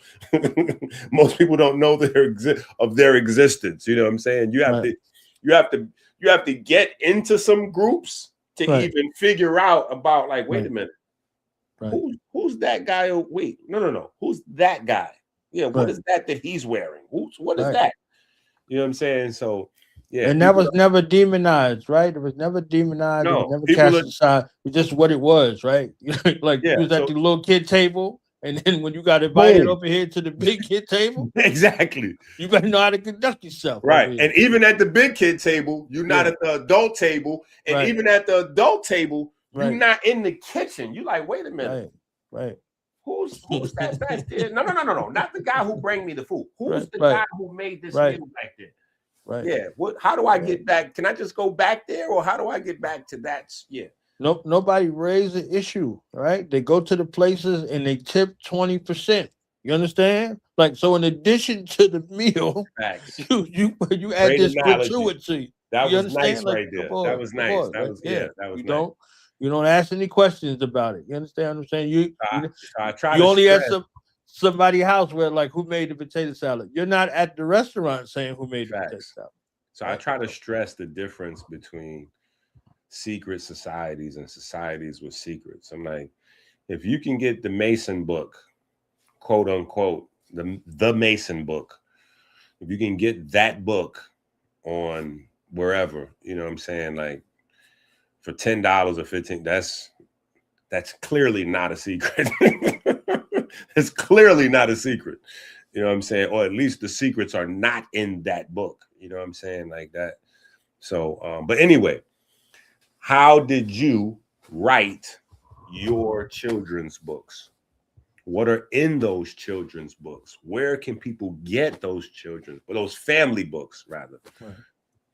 I Talk to love the term family book. I'm gonna keep that if you don't mind. Yeah, go ahead and steal that. Because I keep saying, okay, this is for the family. So I had to paint my family's picture. You know what it is? Before I get into the. Let me tell you where I got that from. When my first 5, I got 10. So when my first 5 were actually children, they all grown-ups now. But when my first 5 was children, Harry Potter was the big thing. You know what I'm saying? And so Harry Potter, for the people that don't know, Harry Potter was like an iPhone or a Jordan release. X amount of books are coming out. And if you want to get this book, you know what I'm saying? Now, they would have the flimsy paperbacks or whatever, but you wanted to get like the hardcover or the book that came with the picture or whatever was the thing at the time. You had to go out there and get online in Barnes and Nobles because there wasn't nothing else popping. It was Barnes and Noble. You had to go to Barnes and Nobles and wait online and be out there. You know what I'm saying? So that, in order for my babies to participate, I had to be I had to be online. People walking up. Inky, is that what you're doing? What would you think what I'm doing on this? You know what I'm saying? But you get into the space. And as I started to reading, I'm realizing these books aren't necessarily children's books per se.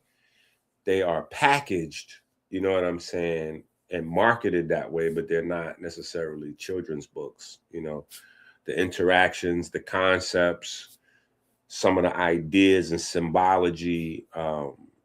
It's a lot of information packed in those books and a lot of ideas and conversations you can have using those books as tools to discuss things with your babies and just open up some conversations. So that's where I got the idea. Like, there's really no, unless you're talking about like the little engine or whatever, something like that.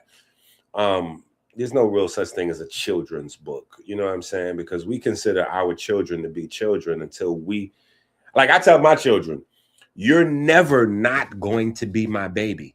If you're 100 years old and I'm already dead in the grave somewhere, you still mine. Even when we both gone and our great grandkids is alive, you still are my baby. That never changes. You know what I'm saying? So that term, you know what I'm saying? We just family book, so we can all have a read together, discuss it. You know what I'm saying? Pick it apart, see where the ideas come from, and so yeah.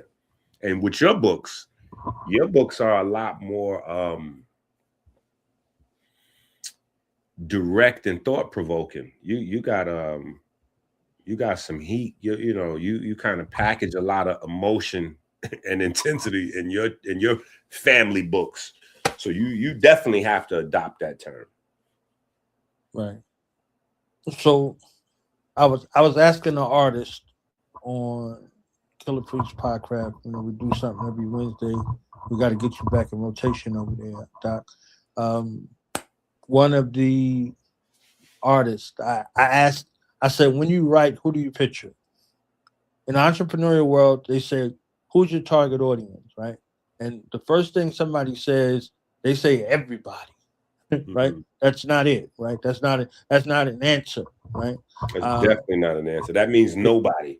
Nobody, right? So I said, when you write, who do you picture? And she described to me who she pictures when she writes. And when I was writing, I pictured this 7, 8-year-old black boy who, when he meets somebody, somehow, some way, he can tell them what they're destined to do, like what they're destined to do. He can see what they're going to do in life. And every time he goes to impart that to them, they say, "Oh, that's not how it works in reality." Right? So he does this a bunch of times, and after a while, he becomes dissatisfied because he can see it clear as day, but they can't see it in themselves. He can see it in them better than they can see it in themselves. They can't even conceptualize the idea of them doing these things that he's speaking to them about, and he's looking at them in his mind's eye. So when I write, he gets to the point where he's dissatisfied. It's like, what am I here for? Like, what What's am I up, doing? Uncle Knowledge? What's up? What's up? How you doing? What's up, Uncle Okay, hold on. Knowledge? Come on, man. Get your butts out of my bro. So it's made for them, right? It's made for those geniuses right there who are already writing books, who are already in the speculative and the operative space of self mastery, right? So they don't need to be reminded of who they are, but it'll help, right? As further evidence when they're out and about, right? So you see how they came in, boom, all right, boom, boom. Like, let me get me some quick shine, real quick, bang, bang, all right. I'm out. I get to see what Daddy doing, and I get to see what Uncle doing at the same time, and I get to say something. Oh no doubt, I'm about to drag it for Yeah, as quick as I got. Right. they So, recognize the voice. You know what I'm saying? They oh like, okay. Yeah, that's love. So yeah, so this young boy in this space of dissatisfaction, this these volumes were created for him, right? So a quick backstory: I was 9, and my mother said, "You writing a book."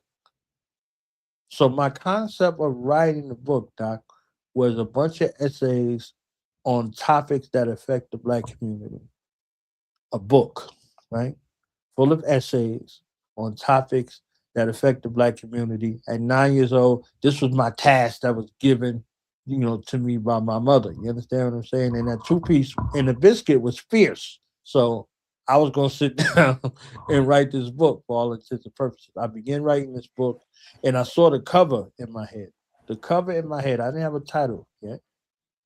The cover in my head was a dude in red and a dude in blue with guns pointed at one another, with puppets on the string, and these Klansmen using us against each other, right?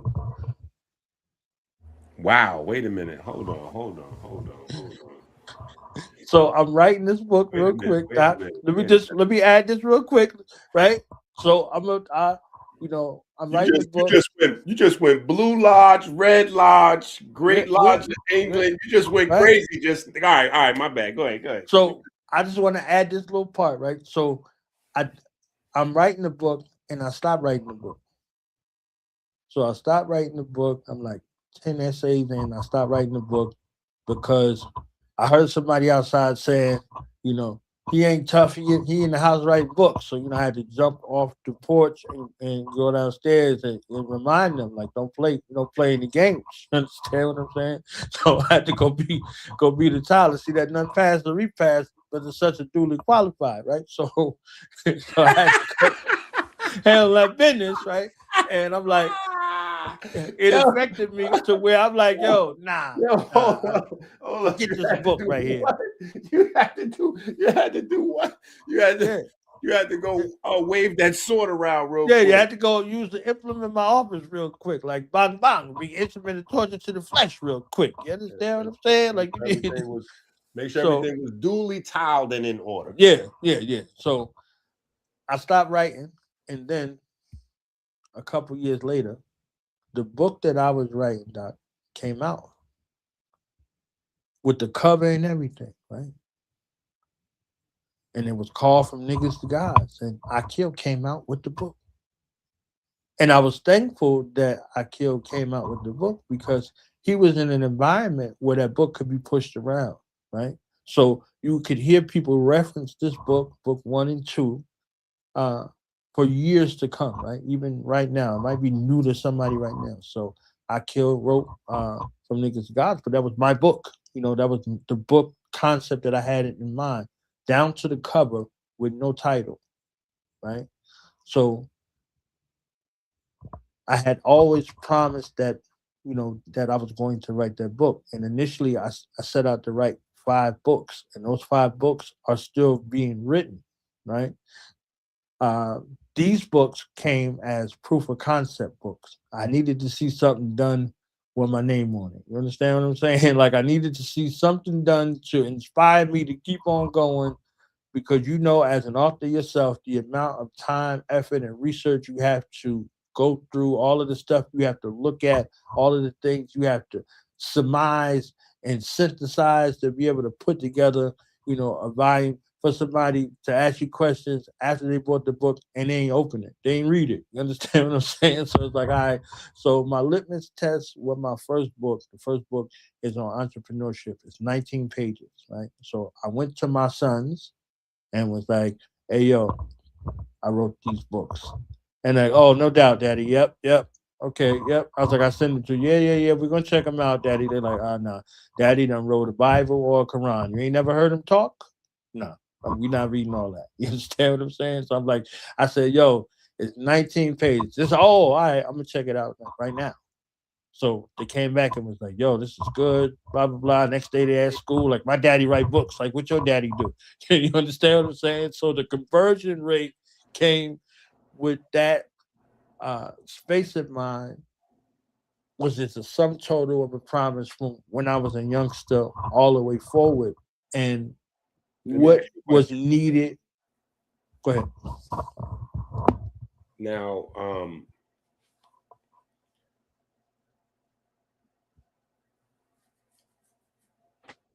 when you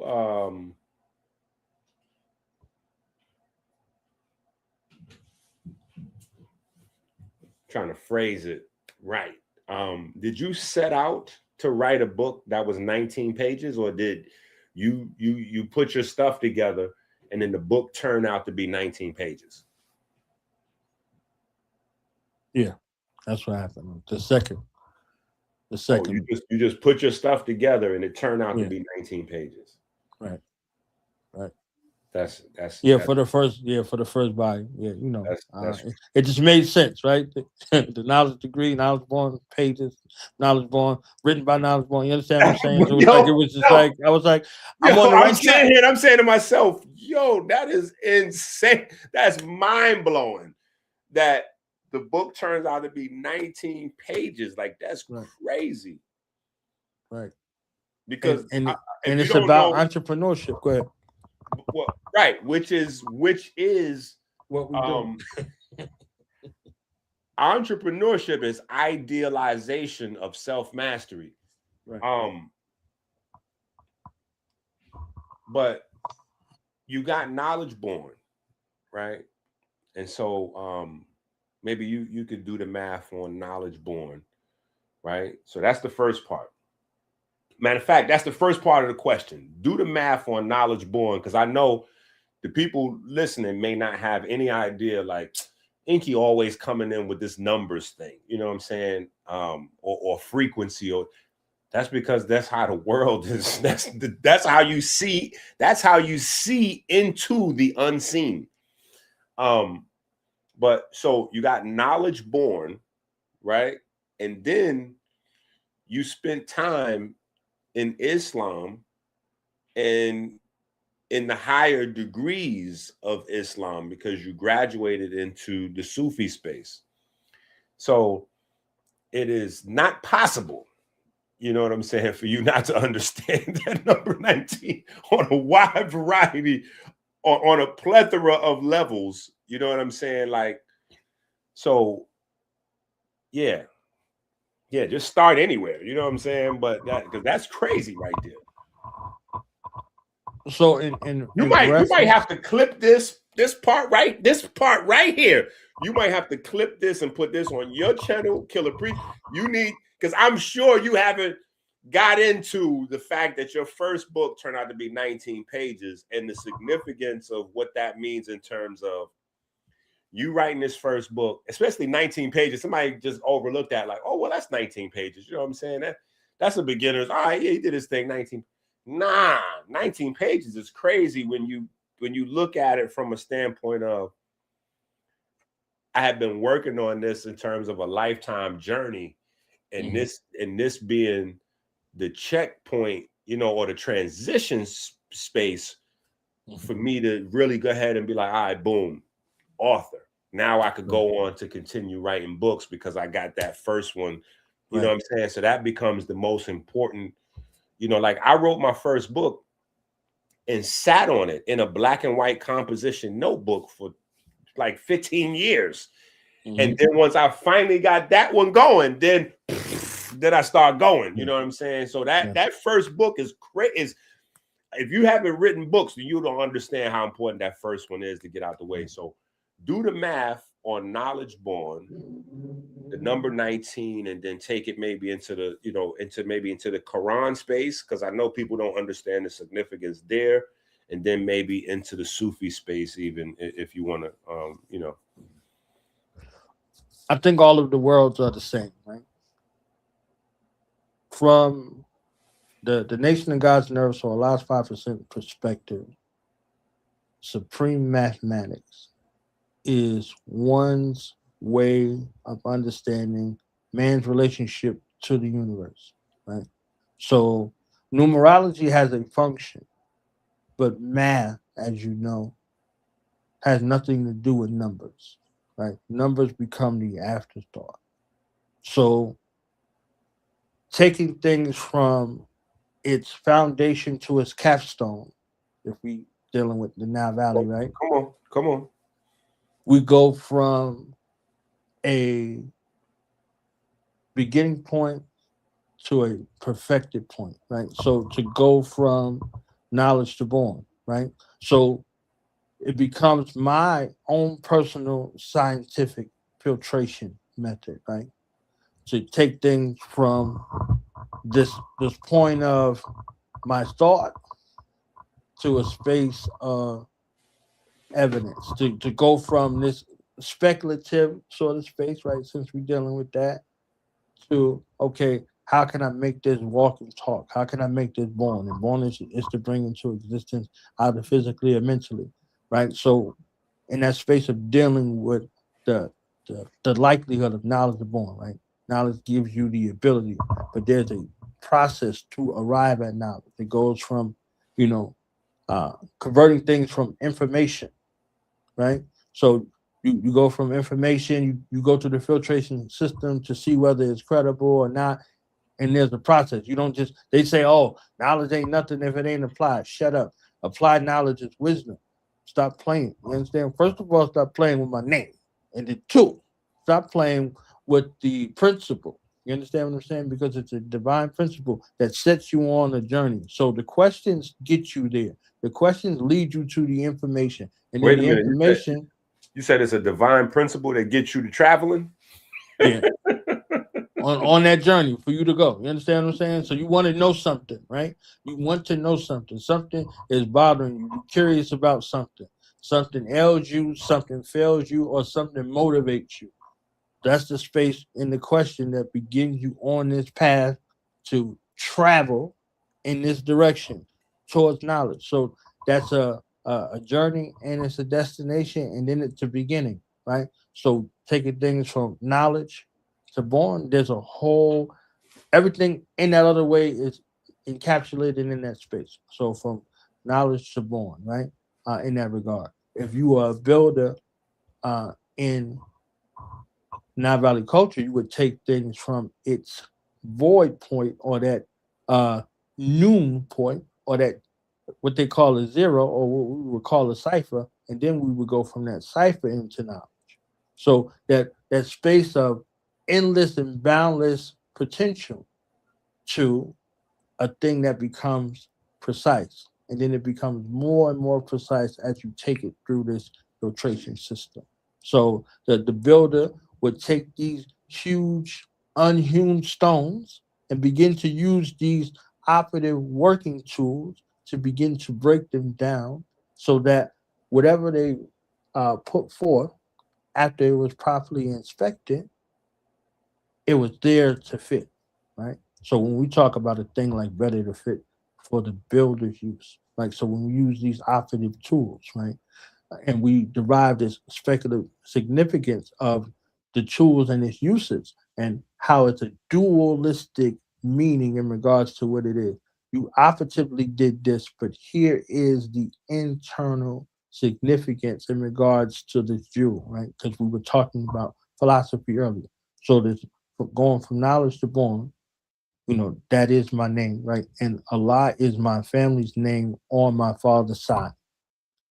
So my family's name above my father's last name is Muhammad. So his father and everybody in there are all students of Sheikh Ahmadu Bamba, right? So I'm thinking I went and left somewhere and I was slick and I was going to go learn some science that was already in the family.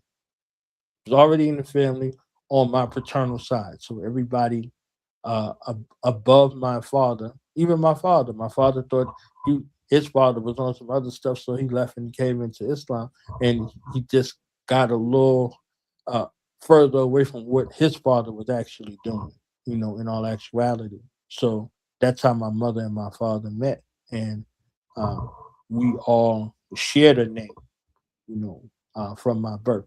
So all these things, kind of work in regards to what this family is. So you look at, you know, going from knowledge to born or making knowledge born in no limited time, that becomes another aspect of it. And the number 19 is one of those numbers where they get mystical about it. And when you multiply it um, by itself, by these numbers, they create a chain of events in regards to the sequence of numbers, right? So they got uh, you know 0 to 9, and then 9. You understand what I'm saying? Like it goes in this sequential order, and so they call it some sort of mystical sort of significance of the number 19, and that's a whole thing within itself, right? So the process of for me is my mathematical deduction process and my scientific method in regards to a filtration system for information that comes, and then also decision making, taking it from that process of going from knowledge to born, and from born back to knowledge for all intents and purposes, to arrive at a particular state of being to where my mind is sure. So, for this book to come out in regards to entrepreneurship, you understand what I'm saying? Taking something out of your mind and putting it into this filtration system to see, because it could be a great idea in your mind, but in aspects of taking it from a determined idea in your mind to reality, you might not understand all of the things that are necessary. So this short volume, this 19-page volume, is So here to help you have a more critical look at what you want to do, pack with resources and things of that nature to kind to uh, be a common gavel or gauge in regards to measure and lay out your work, those things that's in front of you. Right, Doc? so no, I was just going to say, coming on the end of your build of what the number 19 represents, does that mean that the pandemic was a mental illness?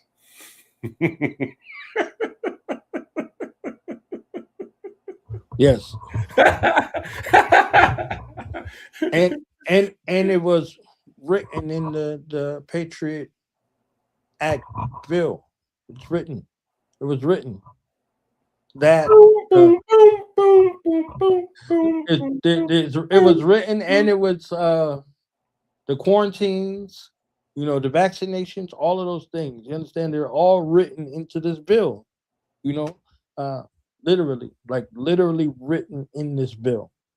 So it's like, all right, All I'm right. gonna leave that. So, yeah. So the book, a 19-page manifesto of self mastery and actualization.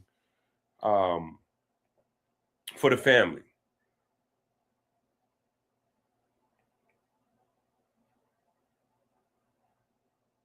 We got some familying going on at this moment. We got some familying going on at this moment.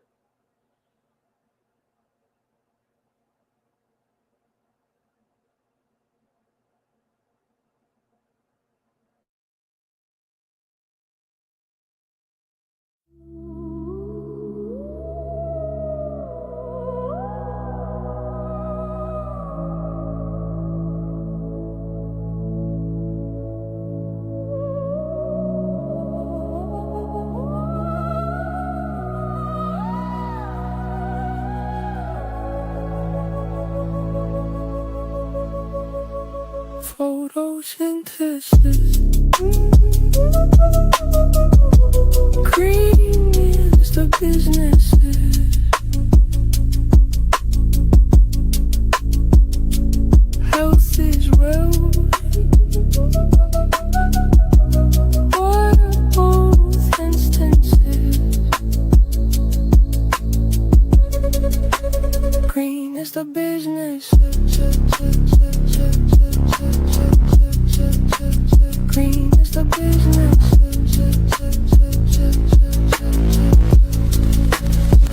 Get your order still. 100-pack chlorophyll, more than real, applaud the deal.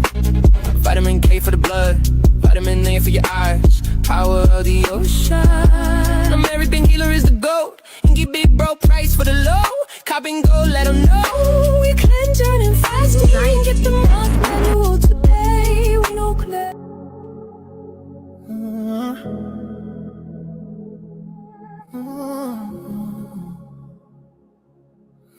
Your business. The mind your business. The mind is money. Repent is your self-defense. If it don't make dollars, it don't make sense.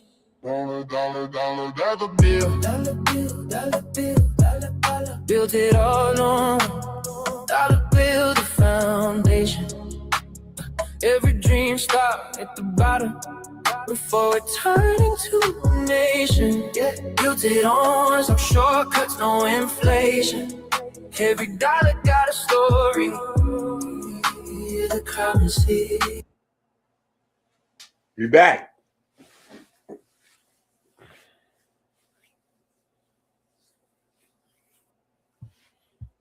Your mic is. So can you hear me, Doc? Yeah. So, 19-page book on self-mastery. How does this one 19-page book on self-mastery transform itself into, what is it, 9 or 10 books now? How does it become a 12 additional books, right? Right. How does it become a set now of 13 books? Yeah, they build off of each other, right? They build off each other. So my brothers from United Front, they allowed me to use the song Mansa Musa Jewels. So that's at the beginning of volume 1. So each volume has a soundtrack and, some ways to prepare your imagination. So, it's... So these are ebooks. These are ebooks. Yeah, these are all ebooks. Actually, you know what? You should stop saying ebook. Mm-hmm.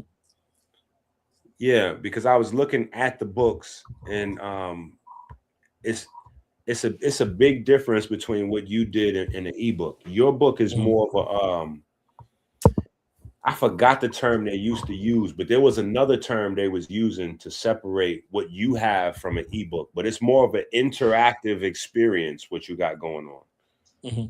Yeah, because when you open that book, it's reading, it's audio, it's music, it's an ebook is just like you can call a PDF an ebook. You know what I'm saying? Like, right. What you have is way more than an ebook.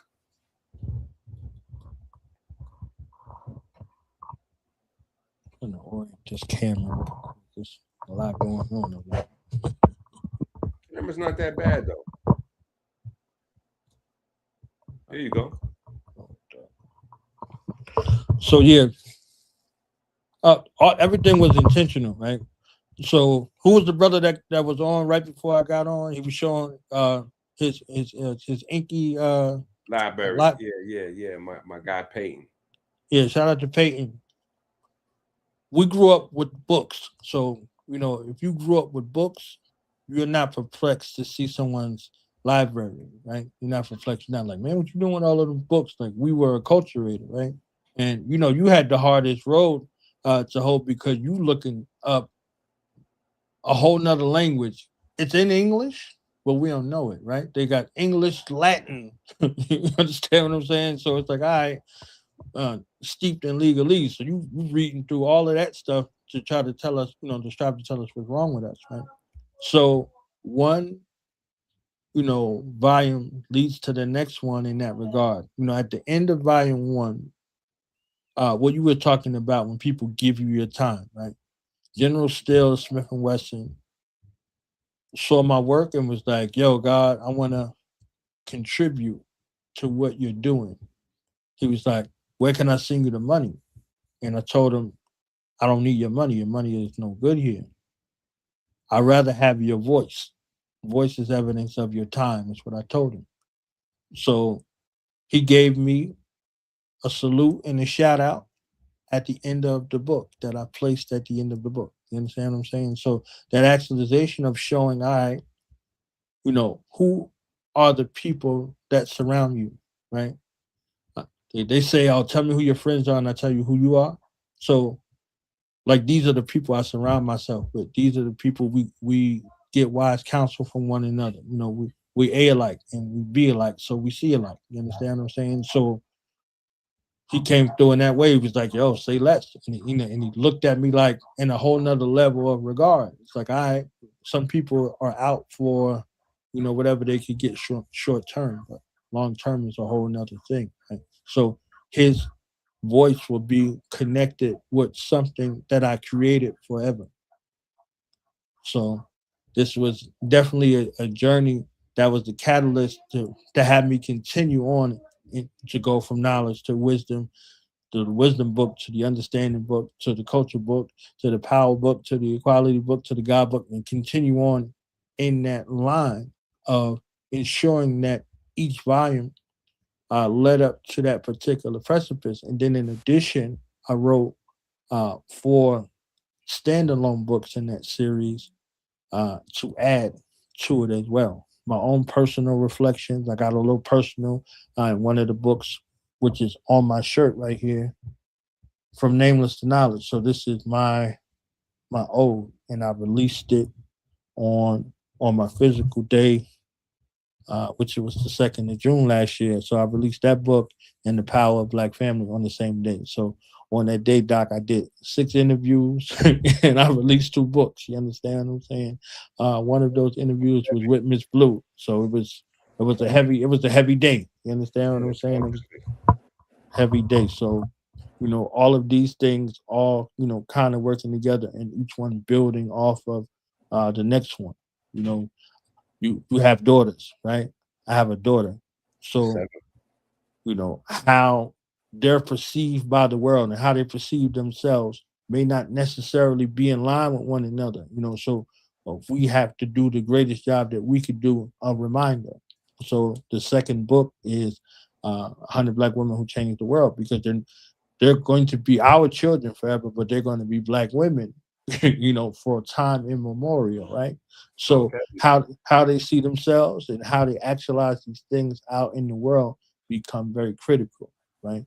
So they they have that space to where they need to be able to see themselves righteously, despite this Gestapo sort of picture space in regards to that. So yeah, so volume 2 is dedicated to that. So the volume 3 and 4 are dedicated to the disruptors, right? So you would be considered a disruptor because these corporations have an agenda. You see what I'm saying? And they're like, "Yo, eat this. Go here. Let us practice on you. Let us rip this out of you. Let me cut you open and do this kind of thing to you, and you like, nah, you take care of yourself. You take care of yourself. We kind of lesser than these things out here.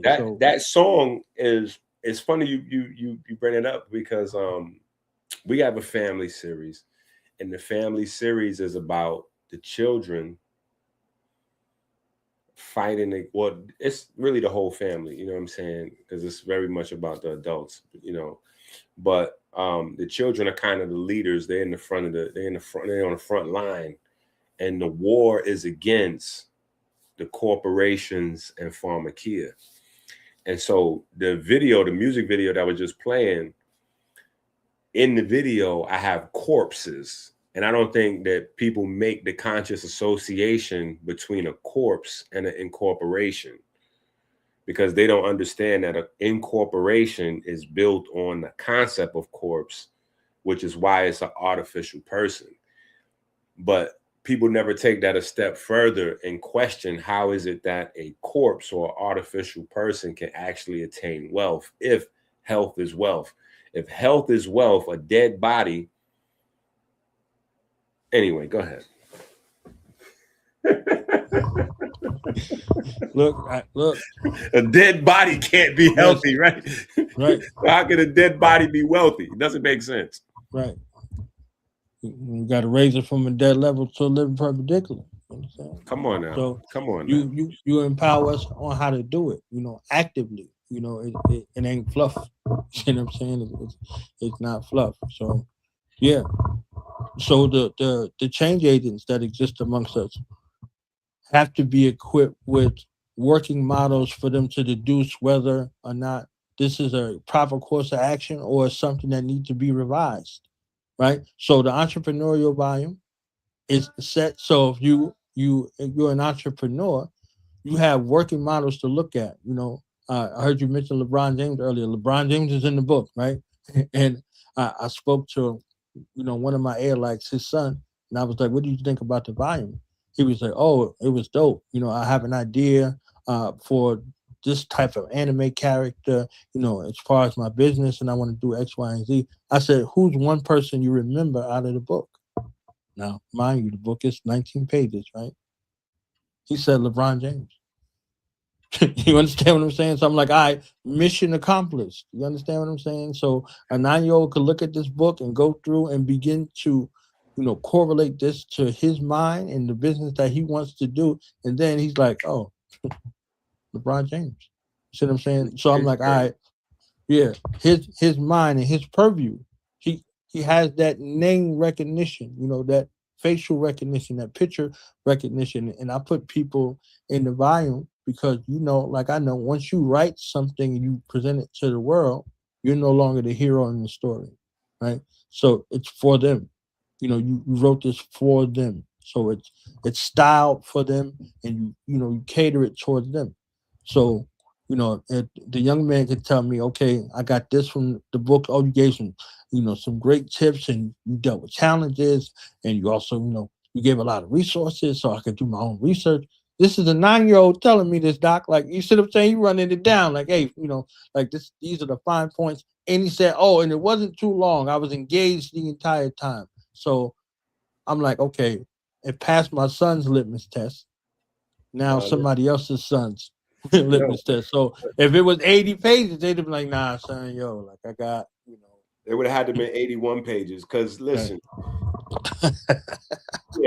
because you envision the book, you start out envisioning the book for a 9-year-old, then the book winds up being 19 pages, and now you're 13 books, and now this feedback is coming from a 9-year-old. Like the number signatures on this is all crazy. I want to take you somewhere else though, real quick. Wait, before we even transition somewhere else, where can people, if they want to get these books and support, where can they go to? Where's the website, or how can people support the books? I got a Dr. Inky special going on. Let me tell you, if y'all ain't learned anything from this man, This man got 10 children and he got to feed them and clothe them himself. You understand what I'm saying? Oh, So he got to have the special going on at all times. You understand what I'm saying? So support our brother in every kind of way that you can. Like you see my man's library. You understand what I'm saying? And he's not like, oh, I got all of the books that I need. Like he's like, this is a little sample. You understand what I'm saying? So and that way to go. So if they want to get all 13 volumes today, if they tuned into your broadcast, I would give them all 13 volumes for $50, and they send me the Cash App. I think it's up here still. The Cash App knowledge won't allow. $50 on Cash App, and your email in the subject line, and you'll get it. Okay, I'm not a crook. Dr. Inky got those books right in front of him. You understand what I'm saying? It ain't fish oil. You understand what I'm saying? that is a fact. So you could get it and begin the discussion. The point of it is to be able to have these family discussions, right? And the uh, the Black family volume, right? The power of the Black family. I don't shy away from trauma. I don't shy away from, you know, I don't have the We Was Kings movement. You understand what I'm saying? It's like, all right. So the entrepreneur in your family come to the family and say, I got an idea for a business. You know, when we move trauma and drama and reconcile those, we now can be operative in regards to this. Well, that sounds like a good idea. Let's look at this investment strategy and how we can make this happen as a family type of situation versus, oh, this mofo think he about to make the best ice in the world and blah blah blah. Like that ain't gonna work, and who gonna let you do that? And once we get away from those kind of shot collar situations, now we're dealing with a family from a holistic perspective. We can sit down, we can hash it out, we can go through critiques, we could add commentary, but in the end, we're looking to build in order to make something born that is righteous, right? So, the family situation is there. So if you don't have the articulation for it and your children want to be entrepreneurs or you want to be an entrepreneur, this volume is for you. And then all of these other aspects deal with the things that you need within the society. We deal with science, technology, engineering, uh, agriculture, arts, and mathematics. We deal with content creation. We deal with crafting your own stories. We deal with all of these aspects in regards to what becomes necessary in the society from operative space and from a speculative space. So, it's Right. 13 volumes. So wait, that's where I want to take you. I want to take you from. I want to do. I want to go back to the operative and speculative space. I want to go back to Einstein, the one mug, the empty glass, the the operative. What is it? German operative 322. I want to get your take, if you will, on the Regius poem. You familiar with the Regius poem, the Hollywood manuscript? Yeah. Okay. So beautiful. So let me pull this up. And if we have any Masons or even stars or folks of other fraternities and sororities that may be watching, right? The Regius manuscript, right? If you want to find this, on your own, all you have to do is type in the oldest Masonic manuscript. If you type in the oldest Masonic manuscript, this will pop up, right? And I'll read a couple lines before I get into the poem. One of the oldest Masonic documents to be discovered, it was written between 1350 and 1450 and has been dated by authorities at around 1390. It is in the form of an epic poem and was probably the work of a priest or a monk who had access to older Masonic documents. The work of a priest or a monk who had access to older Masonic documents. So Before I even read any part of the poem, I just want to again undress and redress the concept of the Great Lodge of England, which is obviously much, much later than this poem. So if this document comes before the Great Lodge of England is in existence, and this document is written by a monk, and the monk, obviously a Mason himself, who is a clerk or an accountant for the craft in terms of recounting, recapitulating, documenting, creating receipts for the craft, then obviously, Masonry doesn't start with the Great Lodge of England, right? But before we get out of here, I definitely want to look at the Great Lodge of England as well. But before we go there, I wanted to go through some of this poem, right? Okay, so here's the poem, right? And the poem gets into the foundation of Masonry, right? So here's the poem. Here begin the constitution of the art of geometry according to Euclid. Whoever will both well read and look, he may find written in an old book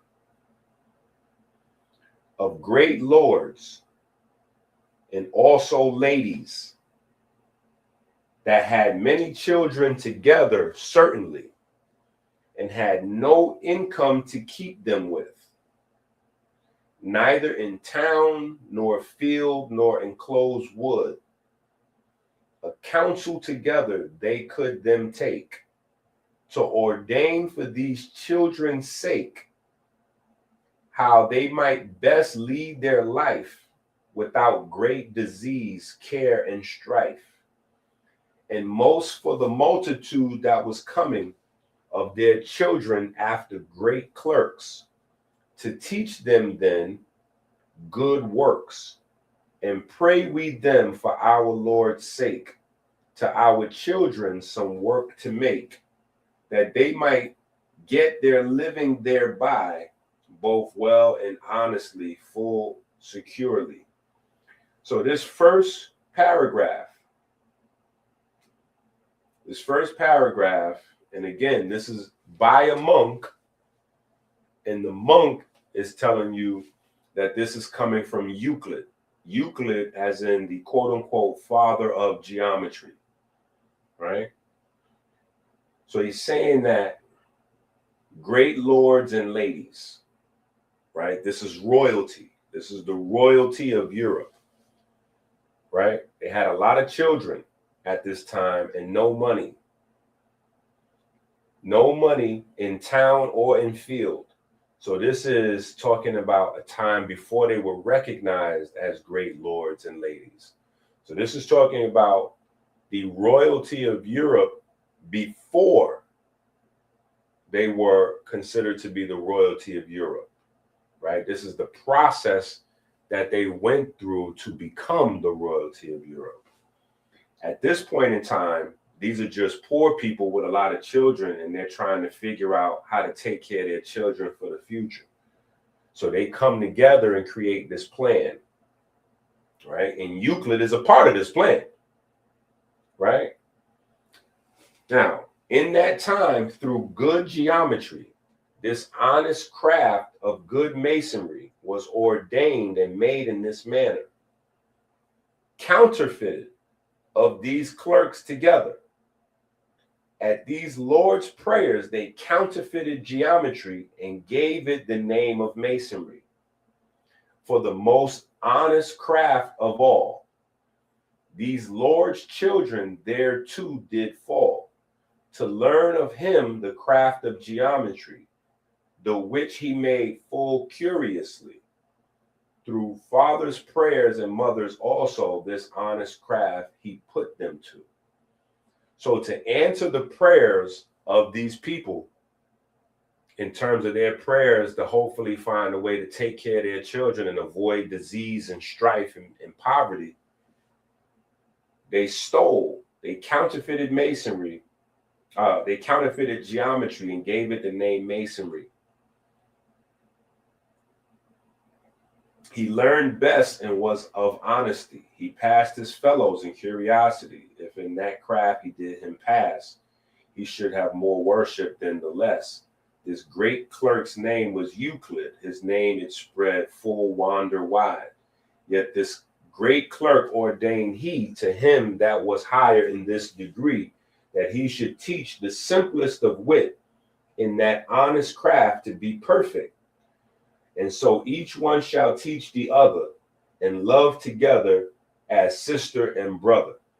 Furthermore, yet that ordained he, master called, so should he be, so that he were most worshipped, then should he be so called.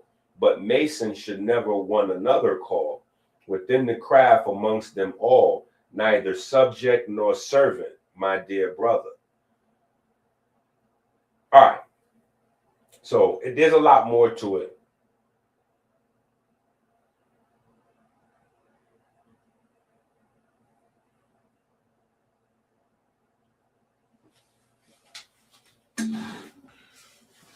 There's a lot more to it, but that begins the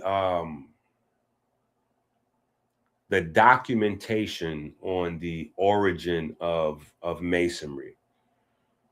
That begins the documentation on the origin of Masonry.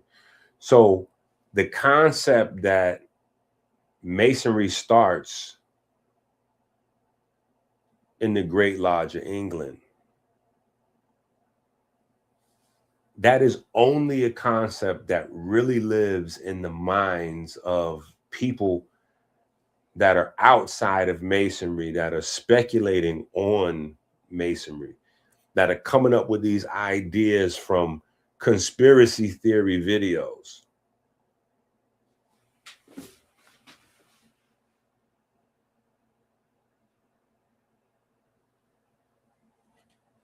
Do y'all see what I'm saying?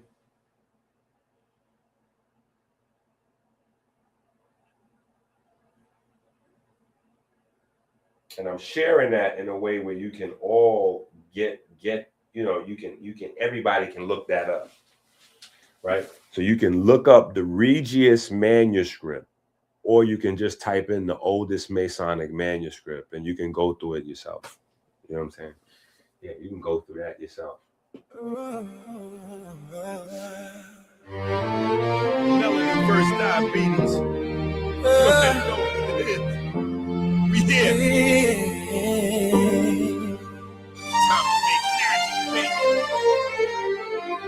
Rolling through the sand like a thought in disguise. The scarab spins truth where the cosmos collide. Energy whispers. Side effects may include diarrhea, seizures, hair loss, eye loss, teeth loss, leg loss, divorce, getting arrested, diarrhea, death, paranoia, your friends blocking you, dizziness, prison, your eyes falling out, uncontrollable gas. You will die if you take this.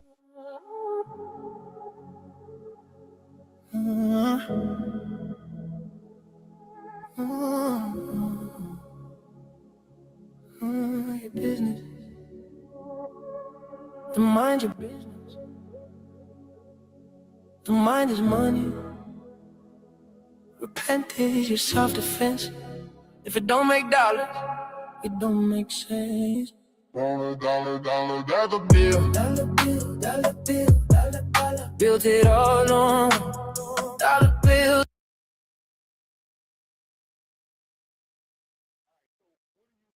So what do you think about the origins of Masonry in Kemet versus the Great Lodge of England or London? or should we say London, or should we say like a bar, the bar and grill?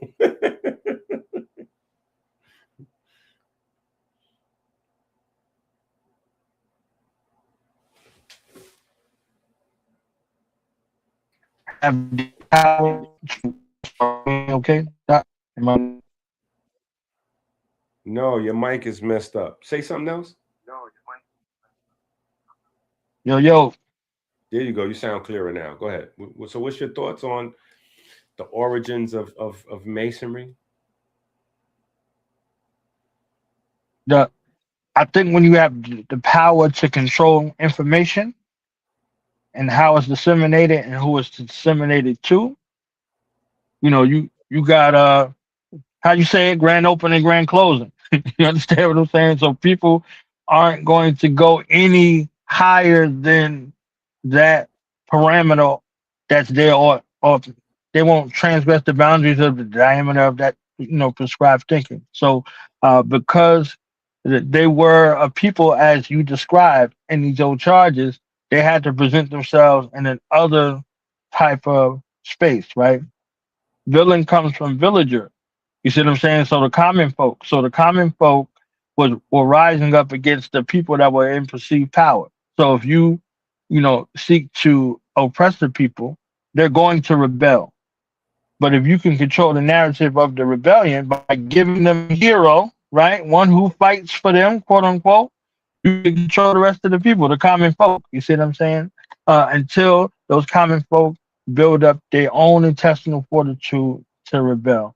So why am I relating that to the United Grand Lodge of England? This narrative of England being united, right? That's a misnomer, within itself. That's the first part. And then the second part of this thing, the question I asked earlier, like how does this go from Ethiopia to ending up in Germany or in England? Except that someone brought that over there to them, brought that to them in a way like they would go with the law with Muhammad, bringing Islam to the Arab, as a way of to stop that, quote unquote civilization from slaughtering their daughters because they weren't boy children. You understand what I'm saying? So it's like there becomes a way where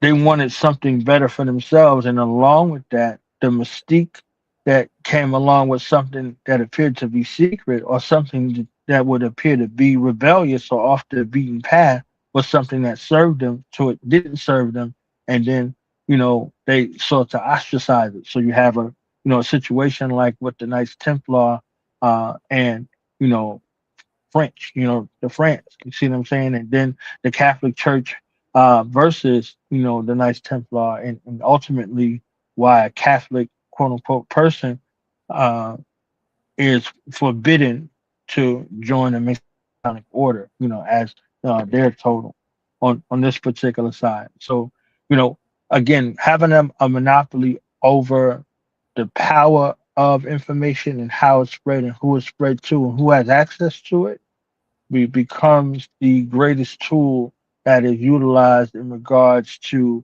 either to build something up or to tear something down. And ultimately, we could look historically and in present day and see both in rotation. So, for them to come up with something, it was free and accepted before it was ancient and free, but ancient implies as if it's older and it's an adaptation that comes later. So with that, little sleight of hand, a little prestidigitation, you can appear to be something greater than what you are. And if you look in the optic space, then that's what you'll find. But if you don't do any investigation, uh, beyond the surface, you could get caught up in that. Okay, now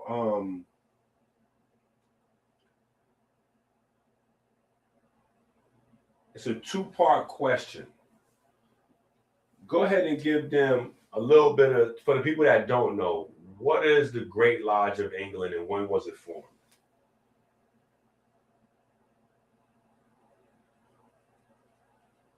So the United Grand Lodge, England, is a contrived sort of space that was built together. Like if you look at like the United Nations, right? Or if you look at like United States, right? United States of America. The last thing we look at in actuality in real life is any sort of thing of unity of the Americas, right? Because it doesn't even include South and Central America. They call it United States of America, and you're in America, and if you live in South America, you need a passport to come to North America, and if you're in North America, you need a passport to go to South America, and both of these places are called America, right? So. Don't forget Central How thick? America. Yeah, South Central America, right? So you just get into in the fray of what's going on in regards to that, and you know everybody has their own tribal wars, and England didn't escape that, right? So they have, people that are from there, and then people who are transplants, just like here, like people from here and people who come here, and then people been like, I've been here almost as long as you, there's no difference between me and you, and then oh, we got to fight about it some kind of way. You understand what I'm saying? Yeah. So that becomes something that is steeped in there. The date right at this particular moment escapes me, so I'm not going to allude that. I don't know the exact date at this time. I got you on the I'm date. sure you. Yeah, I Okay, got you. On the date. but But here's the it's, thing. it's Okay, go ahead. Finish your I mean, bill. yeah, I'm gonna go to the quick conglomerate. Right, um, has been a war of words in regards to how terminology is used and what is where based off of what you just read in the old charges versus what was there between the War of the Ancients and the Moderns back and forth, right? So the Ancients and the Whoa, Moderns was whoa. like, oh, we. Hold on, hold on. Where's the flag? Let me throw the flag. Let me throw the flag because you just people that are watching this video, you got this. It's a lot of things that he's breezing by. He's just saying lots of things. If you have no idea, you know what I'm saying. And I can't stop him to unpack everything. You know what I'm saying. But the Right. war of the ancients versus the moderns. Right. Yeah, there's that. I have to just. There's no way we can unpack that for you. But if you're curious, I just got to make sure I stop. Throw the flag on the play. The war of the ancients versus the moderns in Freemasonry, right? Just give you that. So that's a whole entire universe and rabbit hole that if you're part of the listening audience and you want to go down that road, and that's a whole universe for you to go down in and to study and see what's what. That's a whole that the whole conversation surrounding Prince Hall and all that. That's Right. That's nothing compared to the rabbit hole of the ancients versus the moderns. You know what I'm saying? But what I want to do, Your own gangbanging sets, right? Yeah, right, your own right, gangbanging sets within gangbanging sets within sets within sets within sets, right there. Before you get to anybody else on the outside, you got all of that on the inside.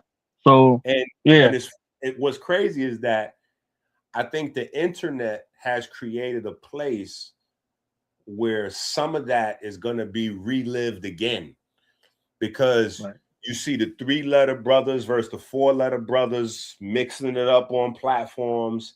You see the quote unquote clandestine brothers now planting they flag in the ground saying, you know what? So what, we clandestine. What you gonna do? What you gonna do about it, son? You know what I'm saying? So yes. So it's getting wild on the internet. You know what I'm saying? It's getting wild on the internet. And some of it is kind of well founded. Some of it, some of it is good for the culture, for the craft. Right. But I see that history being, getting ready to repeat itself in the digital universe. But 25 years ago, Doc, people meeting on the internet Yeah, was unheard of, right? that is a There fact. was terms bogus, irregular, clandestine, right? All of those things, right? All of those words, right? All of those buzzwords out there where you asking somebody, to fight you in some sort of way. You understand what I'm saying? Like, what you mean? What you mean? So you mean to tell me they doing all that? Uh, but with this mental illness little space we were just discussing, folks was meeting online. What's the difference between you and the guy that you said wasn't, ish, The irregular 20 years ago? became regular. The irregular became Right. regular. That's Right. very keen. That's very keen of you to point out. But hold on, And because cats going through degree systems too. And cats not physically being present, going through degree systems online. now, Because that was a level of distinction, right? They were saying that. So there well, are here's the people thing. who have Here's the never thing. been. Go ahead. Here's the thing, though. Now that see, that's where a whole can of worms opens up, because Mhm. I got a book written called "If P Then Q," and the phrase "If P Then Q" applies here, because I know some brothers that came over in the lodge, Prince Hall lodges, and they actually, in their initiations, they watched initiation. They didn't actually participate. This is in their initiation, though. They watched the initiation as initiation. So what I'm saying, look at your face, yo, that's crazy, yo. So what I'm saying is, if P then Q. Now this is way before the pandemic. So what I'm saying is, if that was okay, I can't really see much difference in folks watching initiation as initiation on the internet. I thought when I heard, when I first heard about it, I laughed till tears came down. You know what I'm saying? Because when I went through initiation, you had to really like, and from what my father explained to me from the time that he went through initiation, because my father, you know what I'm saying? So what he told me was what I had was a cakewalk. He explained to me that what I had was a cakewalk. You know what I'm saying? And we came out of initiation, bleeding. You know what I'm saying? So, and he said, "Oh, that's that. That's it." So when the brothers told me that they watched, I was like, "What do you mean you watched? I don't understand what you mean you watched. How did you do that?" He said, "Yeah, well, I was like, well, this would have prevented you from seeing anything, right? How'd they get around?" So my point is, if brothers were watching in person, like this is in the lodge, they're sitting down and they're watching, almost like it's a play being performed. How would that be much different than brothers watching that same whatever on the internet? Like you just send them a private Zoom link or something and they watch. Like, so I'm just saying the game was already crazy before the pandemic. The irregular was already becoming regular before the pandemic.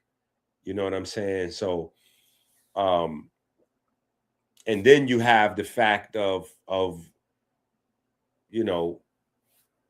how brothers walk, how brothers travel.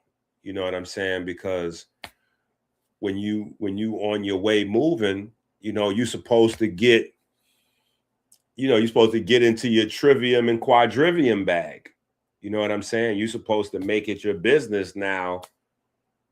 Rhetoric, logic, grammar, arithmetic, you know what I'm saying? Your music, your astronomy, you're supposed to get into your studies bag, and people just go right past that because you don't necessarily have to prove any proficiency there for any attainment. So they just acknowledge that, whatever has to, the bare minimum of what needs to be learned for getting a degree, and they just move on through the degrees.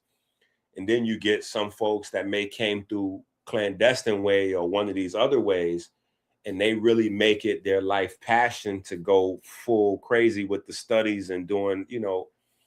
So then you compare, like, okay, well, your initiation was more official, but you really just eating sausages and getting fat, and you know, you ain't really doing nothing versus this guy over here who might have the clan, you know, the wild initiation, you know, he got in how he got in, but he's really out here walking the walk, living it, making the craft look better, and you know, maybe even getting folks to want to be a part of the, you know what I'm saying? So it's all getting crazy, you know what I'm saying? But what I want to do is take you back to how you broke down Einstein,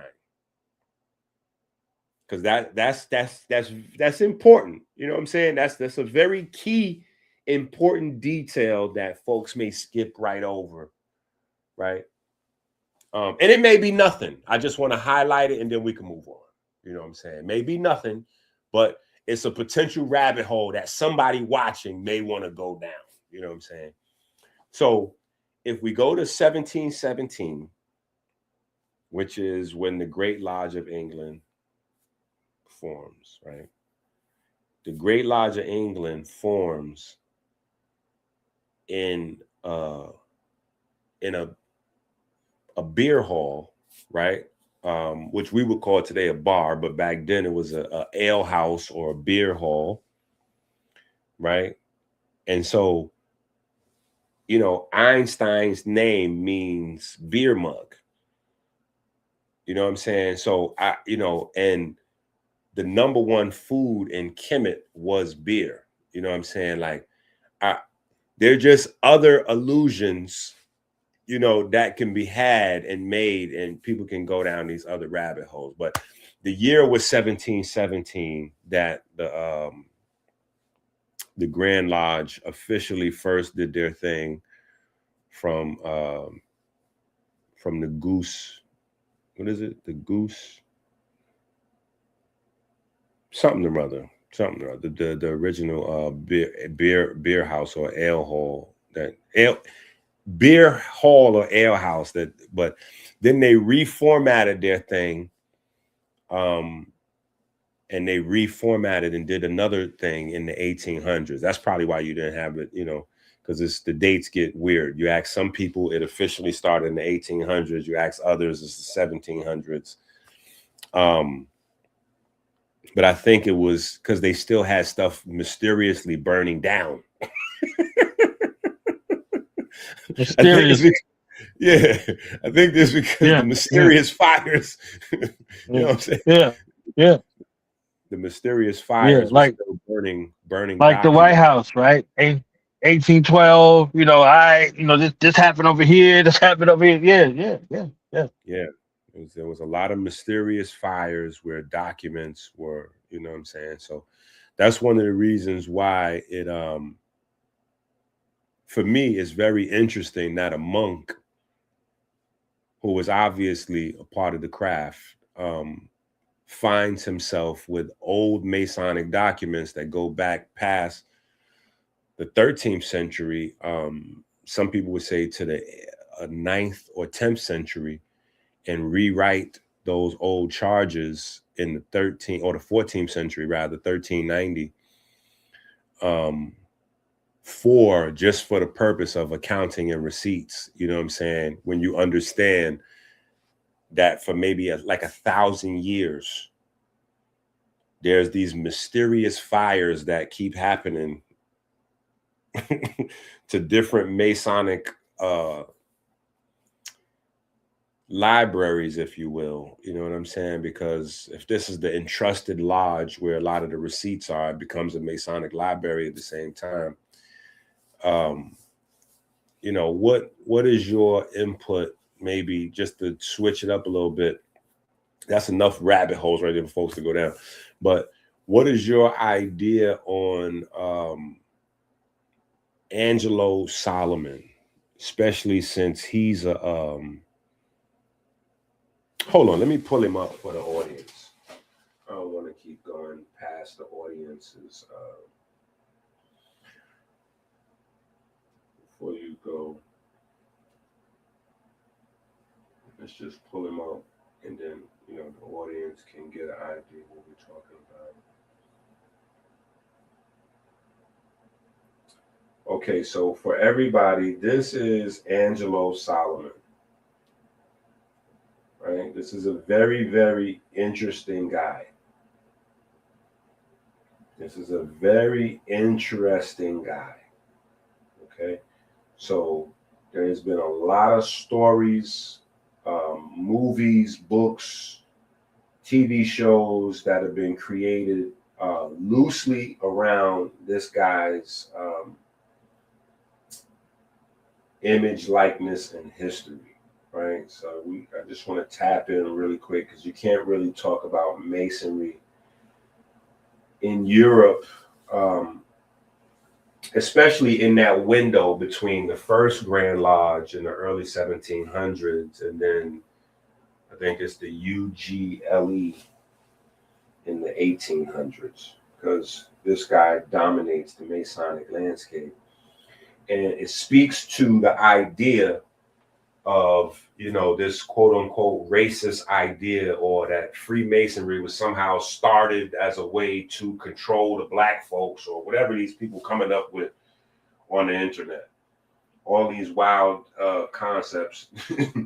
But anyway, his original name is Mahdi Maki, and he is linked to a princely class of the Bornu Empire, which would today be Nigeria. He was taken captive as a child and arrived in Marseille as a slave. He was sold into the house of a Messinan Marchioness who oversaw his education. Out of affection for another servant in the household, Angelina, he adopted the name Angelo, and he chose to recognize September 11th as his baptism day. As his birthday, right? Because, of course, he's kidnapped, so he doesn't know what his birthday is. And, of course, that opens up a whole nother rabbit hole that his birthday is September 11th, especially once you figure out who this guy, you know what I'm saying? So we'll just keep going. After repeated requests, he was given as a gift in 1734 to Prince George Christian, Prince von Lobkowitz, the imperial governor of Sicily. Now, for the Israelites, they have these debates about Jewish people being Italian, etc., etc. So we'll just leave that there as another rabbit hole for folks to go down. He became the prince's valet and traveling companion, accompanying him. I'm going to just stop right there. Now, for that, I'm going to just leave that how that is. I'm going to keep going, but I'm going to just say traveling companion. I'm going to just leave that right there. Traveling companion is wow. Accompanying him on military campaigns throughout Europe and reportedly saving his life on one occasion. A pivotal event responsible for his social ascension. After the death of Prince Lobkowitz, Solomon was taken into the Vienna household of Joseph Wenzel I, Prince of Liechtenstein, eventually rising to chief servant. Later, he became royal tutor of the heir of the prince, Aloy I. So he's a teacher. He's a teacher. On the 6th of February, 1768, he married the noblewoman Magdalena Christiani, a young widow and sister of the French General Francois Christopher de Kelman, Duke of Valmy, a Marshal of Napoleon Bonaparte. So he's married into French royalty. So right there, that creates a conundrum or a dichotomy in the minds of some of these folks that may misunderstand the historical concept of slavery versus the type of slavery that was practiced in America. Because a lot of times when the slavery conversation comes up, people say, oh, well, people practice slavery everywhere. Yeah, that's kind of true, but not exactly. You know what I'm saying? Because this is a slave marrying into the royal family. So clearly what was going on in America wasn't going on in Europe, right?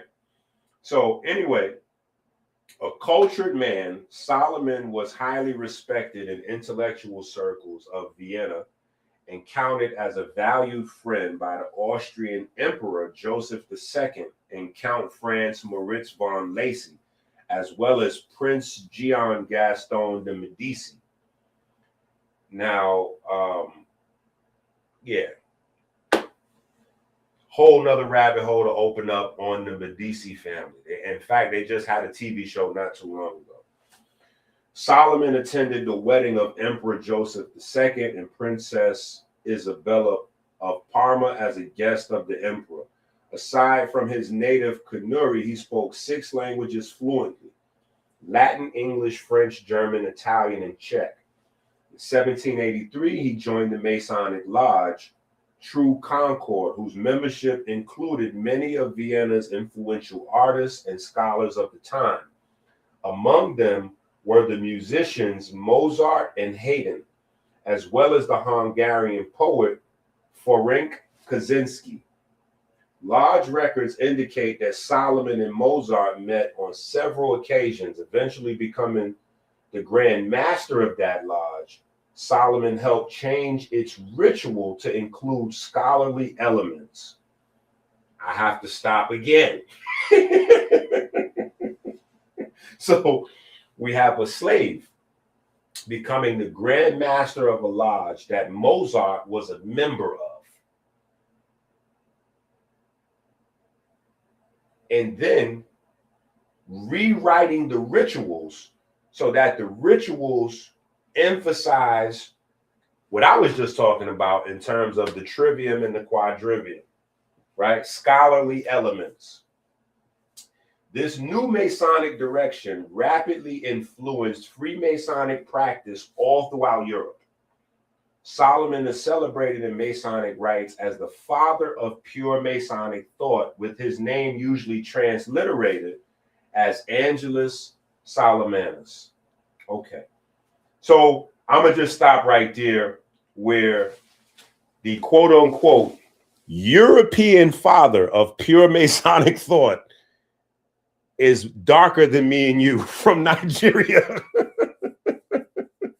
I'm going to just stop right there where the father of pure Masonic thought is a Nigerian, a black, blickety black Nigerian Grand Master of the Lodge, obviously one of Mozart's mentors. Not racially ambiguous. No, ambiguous. You have to try to figure out. Maybe he passing. Right? Yeah, this is not Drake.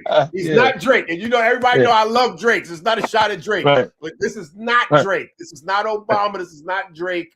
This is a black, blickety black man. This is a black man who was a slave. So it's in every shape, form, or fashion. This is so all these concepts. I just don't. And so you got the royalty of Europe taking instruction from this black guy. You know what I'm saying? This slave. Like, so I just. Because that right there goes against every single narrative that I hear created in the conspiracy theory universe, you know, about whites and blacks, especially with the whole, oh, you're a black Mason. So if you're a black person and you're a Mason, you automatically must be in Prince Hall. I'm like, wait a minute, what? Why? Where you get this idea that black Masons must be in Prince Hall? And you don't know anything. Yeah, and you don't know anything, right? You don't. Yeah, you don't know anything, and you know they're keeping this from you. And once you get into the higher level degrees, you ain't got 1 degree in the first. You telling me about some higher level secret degrees? Like I don't know the whole gambit. Like I don't know both sides. I don't like. There's not anything in this thing that I don't know about. You understand what I'm saying? Like, so where you want to go? The right to Mitzrayim, or you want to go 90 degrees over here? Like, stop playing. Like, all of these games, like, be easy. Like, so because you have met some people, again, like, so I'm taking the accountability back. Like, you got a bunch of uh inarticulate, fearful, inner minded folks who've been on this path for a long time. They're like, oh no, we can't talk about that. Oh, we can't. How do you get people? Oh, you tell me we don't recruit? What like what is all of the grand aspects in the community for? Like, why the building there if we ain't recruit? Why how somebody know where we at? Why are we in the phone book? Why are you going through the Secretary of the State to operate in your state? What are we talking about? You understand what I'm saying? So it's like there are implications that are there that fail in comparison based upon this articulation. So then when you see these cats on the other side, they're established in the community, they have some landmarks in the community, they have some real estate, they have some architecture, they got these things going on, they put their buckets outside, they had them feds on. They have their fences on their head and they put their bucket outside and people put money in there. They don't ask no questions. You understand what I'm saying? So, like, they have these hospitals. Like, this is one of the most recognized emblems on the planet. Right. The Shriner Hospital, right? You're like, St. Jude's is over here and the Shriners Hospital is right there. You understand what I'm saying? So it's like there is no ambiguity in regards to how they're seen and heard and styled and secret and quiet at the same time. And then he's like, oh, you get over here to the colored section, and then all of a sudden this is this. Like, again, what you just described destroys every bit of this thing in regards to this psychology. And you see why there's the ancient and the modern war. You just described it with one dude. And you gave a little droplet of the one dude, right? Facts, because that's a basic surface level wiki on him that I didn't even finish reading. That's a surface level wiki on him, right? Because there's other concept, right. You know what I'm saying? So, but then before that, again, I started with the monk and the monk's record, which is accepted as oldest document on Masonry, and in that document, it is widely acknowledged that the European royalty started with the theft of this geometry that Euclid did. Euclid was the one who stole it. Now, a little bit more information. Euclid was supposed to be a clerk working at Mount Zion, right? And so let me fill folks in on Mount Zion, because when you say Mount Zion, their mind goes to Mount Zion. But Mount Zion, right? That's not exactly. So let's go to Mount Zion real quick.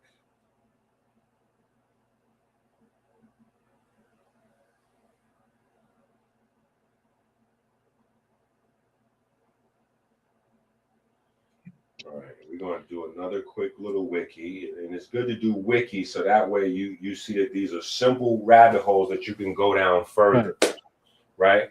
So the Mount Zion of Alexandria is it's like a college campus. That's how the best way for you to think of it. So most people never heard of Mount Zion of Alexandria, but everybody has heard of the Library of Alexandria. The Library of Alexandria was one building at the Mount Zion. So think of a big, huge college campus like a Stanford or Harvard, and then think of their book collection and their documents as one building in that whole campus. That's where supposedly Euclid worked. So he had access to all of the documents that the Ptolemies had from taking over Kemet. Very similar to what we're doing right now with Greenland. Actually, it's the Alexander the Great play that we're running in Greenland. We offered to buy Greenland, and They refused. And so we then said, all right, cool. We're just going to send over a lot of soldiers into Greenland of ours. Not military. We not, we just want to make sure that we protect Greenland. So we just going to put a lot of soldiers here to make sure we protecting Greenland, just in case anything should happen. We already have our military here. So in case y'all don't know, that's how Greece gets Kemet. Greece never actually like militarily conquered Kemet. Kemet was at war already and they needed help. And so Greece just stationed their whole military all throughout Kemet. And then, Alexander just one day just formally was like, yeah, let me get them keys. Yeah, look around. Give me them keys. This is now ours. This is now ours. Don't make us bust a move. We already here. We done already observed everything, all your weak points. We didn't put all our people in place. Just turn over the keys. Let this happen easy as possible. So that's kind of what's going on right now in Greenland. We getting ready to have Greenland. They should have accepted the payment. They should have took the money. Now, you can get the carrot or the stick. They turned down the carrot, so they get ready to get the stick. But Euclid was apparently or allegedly a clerk at the Library of Alexandria, where he had access to all of these documents from Kemet, where all this stuff was housed at. And that's how he got the documents, you know what I'm saying? And obviously later made his confession to where the monk gets these papers and documents and rewrites them and puts them in the Masonic, safekeeping, so to speak. But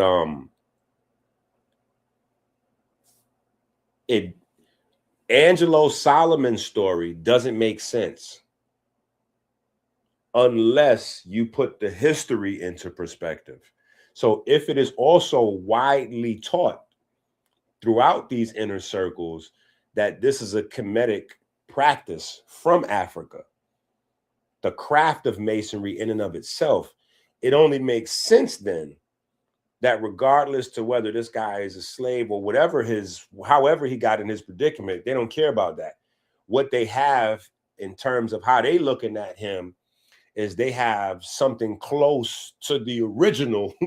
Yeah, tell us, break that, like, okay, wait, hold up, break that. And because he's from a royal family, that means that he got homeschooling, going back to the concept of homeschooling, which is originally the blueprint, right? That's why early on, when you're talking about Germany, whatever your parents were is what you originally be. That's the Kemetic blueprint, because homeschooling is a Kemetic blueprint.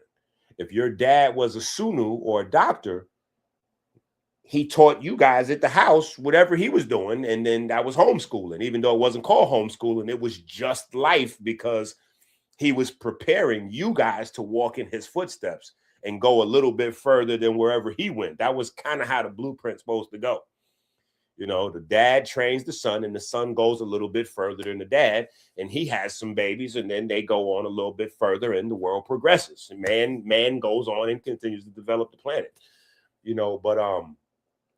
But yeah, when you put those pieces in order and you look at what Angelo Solomon was doing in the 1700s, that window between the first inception of the Grand Lodge and the second inception of the Grand Lodge is the window in the reformation of Masonry, primarily, by Angelo Solomon, and his putting the emphasis back on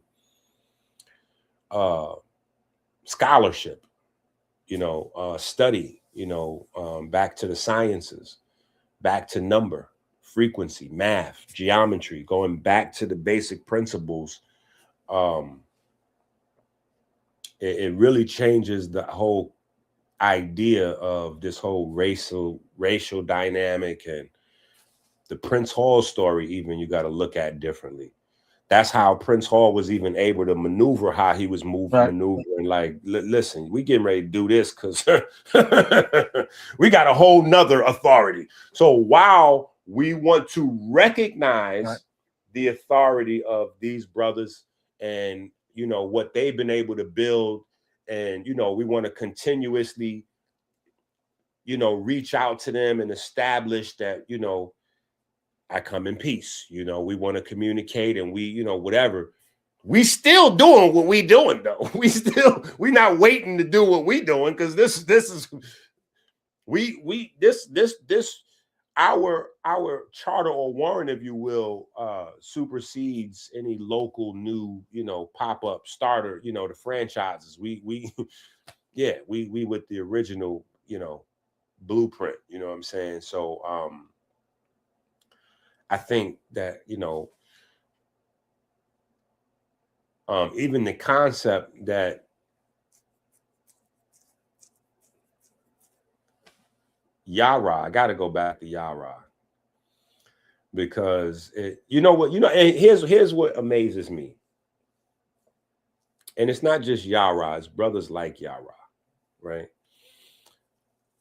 It amazes me that people who spend their life studying the Bible or any great length of time, how they don't see certain information. Like, how would you, as an Israelite, how would you walk away from some quote unquote stuff that you done dug up on the internet or masonry and come up with? And he said, you can't be a Mason if you don't believe in God. And then he turned around and said, God's name is Jabulon. I couldn't understand for the life of me how that happened like that. Like, what book is the Jabulon book? What book is that? What book is that? What book is the Jabulon book? Because clearly, if Jabulon is God, there has to be a book of worship for God. Like, are we taking the oath to Jabulon? Like, what you know what I'm saying? Like, I don't know. Go ahead. Let me let you pass the mic. Let me land my plane past the mic. I just said 1,000 different things and didn't give you a chance to respond to anything. So No, it's perfect. It's all perfect. All of it, all together in the same. You can find Yah in the Bible, you can find Baal in the Bible, and you can find On in the Bible. All those deities that he's talking about, that's ascribed, that he's putting on us, and we can't beat it. Like, all of these names of deities, they're in the Bible. You see what I'm saying? So it's like, we could go to Psalms 133rd Psalm, right? But we ain't like the stuff that he said. You just got to be sitting with the right people for it. Like, I could explain it. You could go through it. We can make it plain, but get the right people. You understand what I'm saying? It's like, all right, you got a guy who's on there, and he's striving his best to keep decorum and maintain. You understand what I'm saying? And that way, and it's 27 dudes trying to talk to this dude, and everybody's got something quote unquote profound to say or belligerent to say at the same time. You understand what I'm saying? So it's like, all right, so this dude went through this fray of all of this, and at the beginning, the middle, and the end, everybody was given, some of the wildest stuff that you could come up with based off of Google or whatever, Gemini or whoever they're asking, for this information.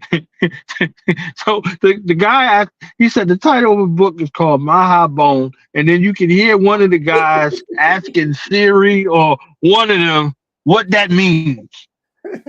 You see what I'm saying? So it's like, I'm like, he's out loud, like he's out. What does Mahabone mean?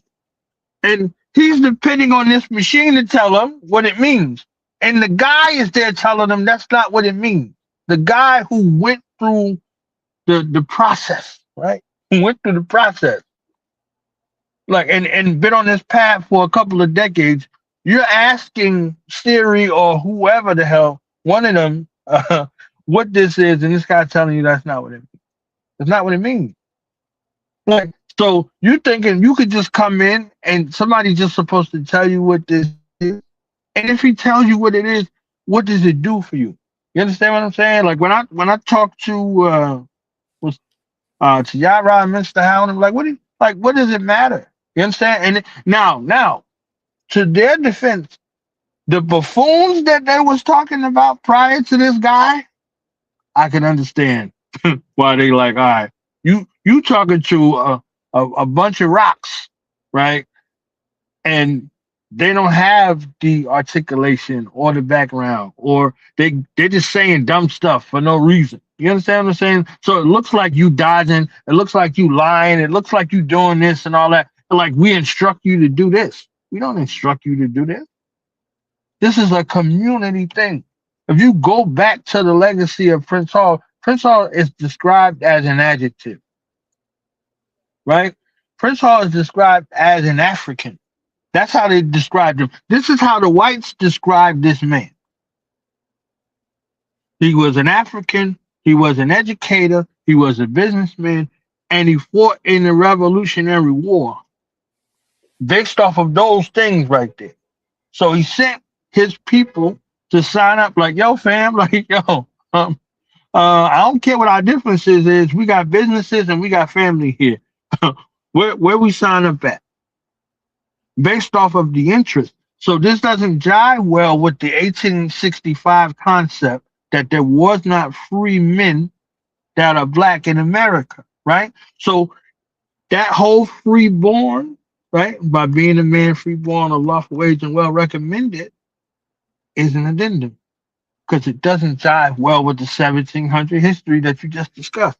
If this man was supposed to have been a slave, quote unquote, how does he become a Mason in the first place? Not How does he become a Mason? And not just a Mason, a Grand Master of Mason. Grand Master. You understand? So how does he become a Grand Master? How does he become a damn tutor? How does he become a traveling companion? How does he become? You understand what I'm saying? So it's like, hold on. Go ahead. I got an answer for that too. Wait a minute. Let me see something. And his name's Solomon of all things, right? Ain't that something?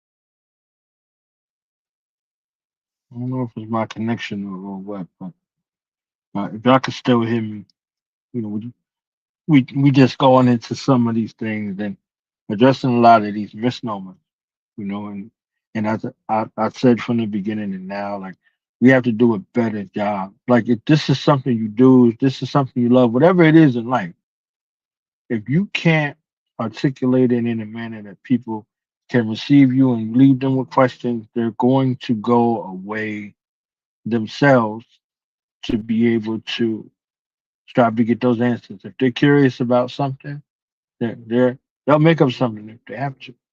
So, you know, it's very critical if this is something that you do or something you love. One of the things I learned is like if you could explain it to a 5-year-old or a 6-year-old, then you're doing a good job. You understand?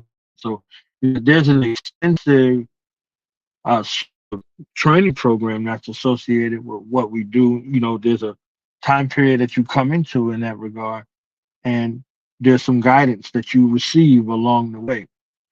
However, there isn't a great program that's instituted on how to necessarily take this experience that happened to you physically, mentally, emotionally, and spiritually and give it to uh, the general public, to give it to your family. You know, if you have a wife, you have children, and then all of these other things, these things that happen. You know, I was speaking with a brother yesterday, as a matter of fact, and he has a position in the lodge, you know, a appointed position. So he has a appointed position in the lodge, and he works uh, for and with an elected officer. So I I gave him, you know, some of his duties and responsibilities and expectations of him, and then I took it beyond that. So there's a youth program that Masons have that deal with the young men and the young women in the society. So if you ever heard of Knights of Pythagoras, or if you ever heard of Demolay on the other side, these are youth groups, and these youth groups they have what's called mentors. So, you know, brothers from the lodge that spend time with them and teach them life skills, and they also have meetings, you know, similar to the lodge meetings. So these young men and young women from the ages of 7 to 18, they're in these organizations from youth. Like if you were in the Cub Scouts, the Boy Scouts, whatever the case may be, if you was an explorer, any of these uh, youth organizations that are there that exist. You know, the Boys and Girls Clubs come from that space of philanthropy and, you know, things like that. So, you know, I was reminding him that the person that he works for and with, one of his chief responsibilities, aside from everything else that he's doing, is that organization. So working with those young people is another benefit and necessity in that regard. So a place where you can affect change. These are your own uh, lodge members, family members, most of the time, and then there's some people that are there off the street. So from ages 7 to 18. So I just was reminding, you know, the brothers like, okay, these are other ways that you can affect change based off of that. So, you know, I said community a lot, you know, during this discourse, but it's literally built in internally and externally. So we have our own situation, and then we have responsibility outside as well. So if you have a functional organization that purports to be for the betterment of humankind, mankind, whatever the case may be, you'll see some sort of affinity group to that regard. If you have a corporation, they most of the corporations now have some kind of affinity group. You know, for the NBA, they have their own affinity group. For the NFL, they have NFL Cares. So there's some sort of situation that's built in addition to where which they have some outreach in that regard, and that becomes a situation that they're able to move about community and extend their hand fellowship, so to speak. Doc, you back? Yes, yes, yes. And what I wanted to say, what my answer was the trivium and the quadrivium. Say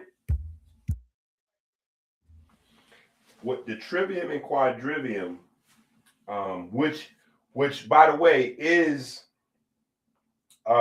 it's not flashy, right? And I think sometimes people looking for something flashy or like esoteric or whatever the case may be, because people ask me sometimes, you know, speak on masonry. And I'm like, I'm never not speaking of, like, whenever you see me talking and I'm talking, I'm teaching about the body and this, that's all masonry. So the trivium and quadrivium, um, these when Greece inherited what they got from Kemet, the study of science, or what we would term science is, became the essential badge of what a quote unquote free man was. So there are different distinctions between the physical and the mental, or the seen and the unseen, or the op and the spec, right? The mind versus the body. So a free man was an educated man. A free man was a well-learned, a self-mastered man, or a man that was on his journey of self-mastery, because you never actually achieve it. It's a process that you just keep on going with. So the trivium and quadrivium was considered to be the prerequisites for you to be on your journey. And I just did a quick little, just to open up the rabbit hole, just a quick Gemini.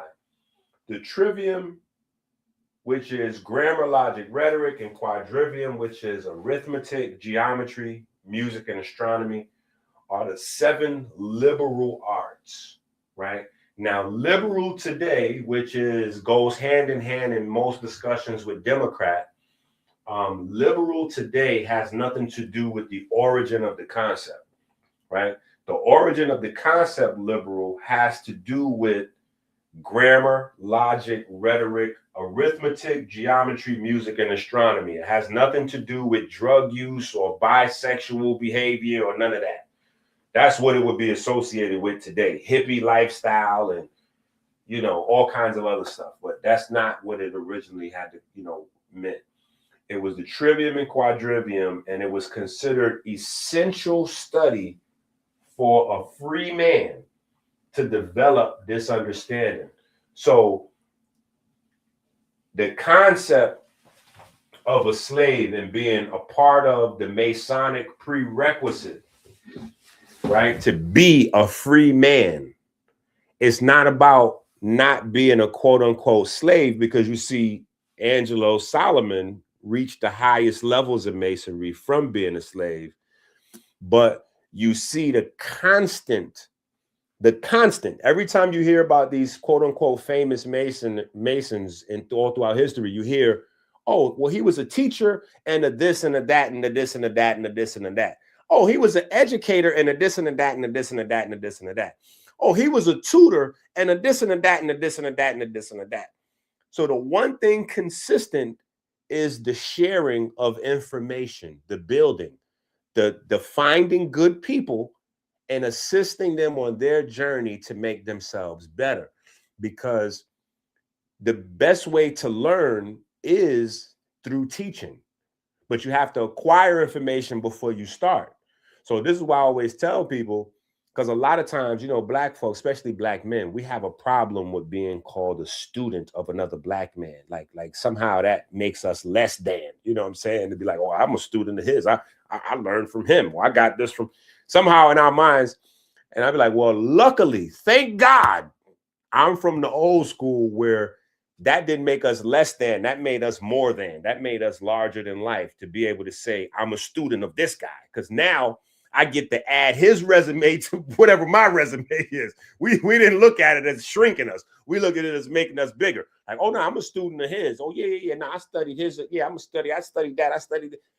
So the mindset, what I'm saying? That's how it was all the way back into antiquity. That's what literally the origin of the word disciple is. Disciple is linked to just a devoted student, right? Because when you get into disciple, you break that down to being tied to 360, to the 360, the disc 360, and you get back into the geometry, you know what I'm saying? But so that's where the concept of slave and the free man, it goes into education. It's about the mind. You know what I'm saying? That's why I'm telling folks, man, y'all got to really get into that. Y'all got to get that monk manual, man. I'm just saying, if you don't have the monk manual, go to Amazon and get the monk manual. But yeah, I had to go run and get my charger. My computer died. I had to go run and get my charger. So, but yeah, so keep cooking. You know what I'm saying? I just wanted to add that part in. You know what I'm saying? And then my computer died, and then all hell broke loose. But definitely keep cooking. Is it possible, because I'm on my phone and I can't share my screen, is it possible for you to choose one of those volumes whatever one, and can we show one real quick From what? from what I sent you? From Voices of the Oh, Diaspora, you want to the pull up? You volume. want to open up a book? Sure. Yeah, we possibly could. Okay, give me 1 second. Give me 1 second.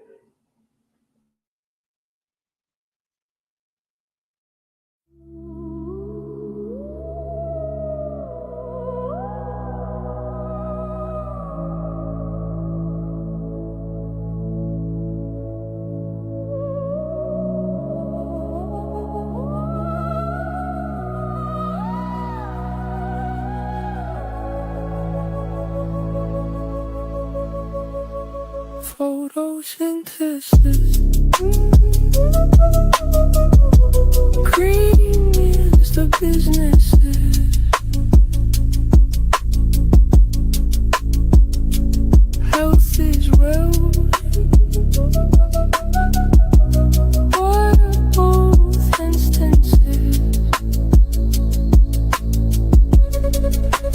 Green is the business. Green is the business.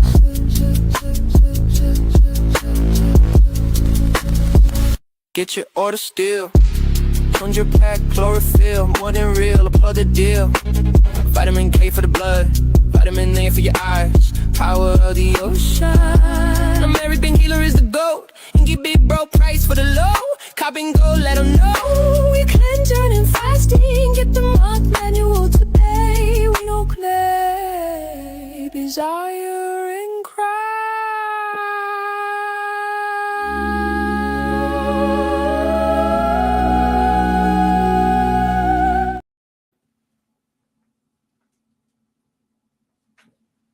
Okay. And we live. Yeah, got volume 1. Okay. This is volume I 1. think you heard that. Yeah, I think you heard the LeBron reference. Like, yeah, let me put volume 1 up here.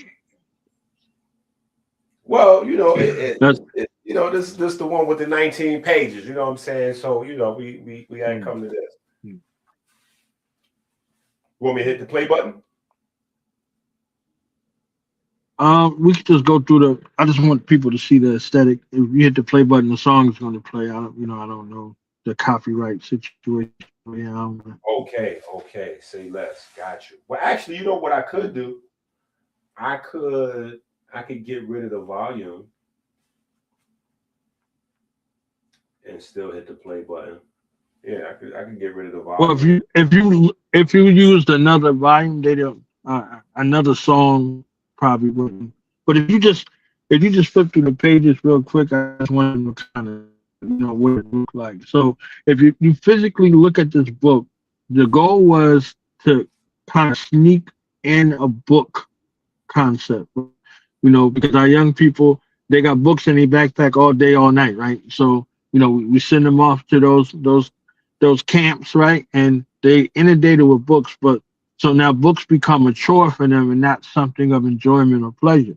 So I had to kind of work a way to make something aesthetically pleasing visually on a multitude of levels to engage the mind, to engage the eyes, to have some name recognition and some pictorial sort of situation, right? So you see this elder slash ancestor on the journey. You see them standing in uh, the pages. When you go through, you hear the page turner. You, literally, like it's a swoosh sound. You get the like you turn the page. You understand what I'm saying? So there are people that are there, and I wanted some, polarizing figures, for you to begin this process. And if you looked at the work that many of these people are doing, they wasn't necessarily styled as entrepreneurs, but they had entrepreneurial work because of their other vocation.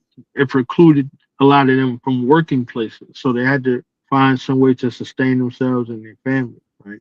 So you could be an entrepreneur that has a what they would call a 9 to 5 as well. So These are the the pages, going through the pages, and like I said, the song gets mentioned most of Jews. And at the end of this volume, this is the volume where General still gives the salute, to myself, to the platform, and what we're doing. So again, one of the gods looking at what one of the younger gods is doing, and it's like, all right, I'm gonna give this a salute. I'm gonna give this a vote of support. I'm not just gonna toss a couple of dollars at it. I'm going to go on the record in the public and be like, yo.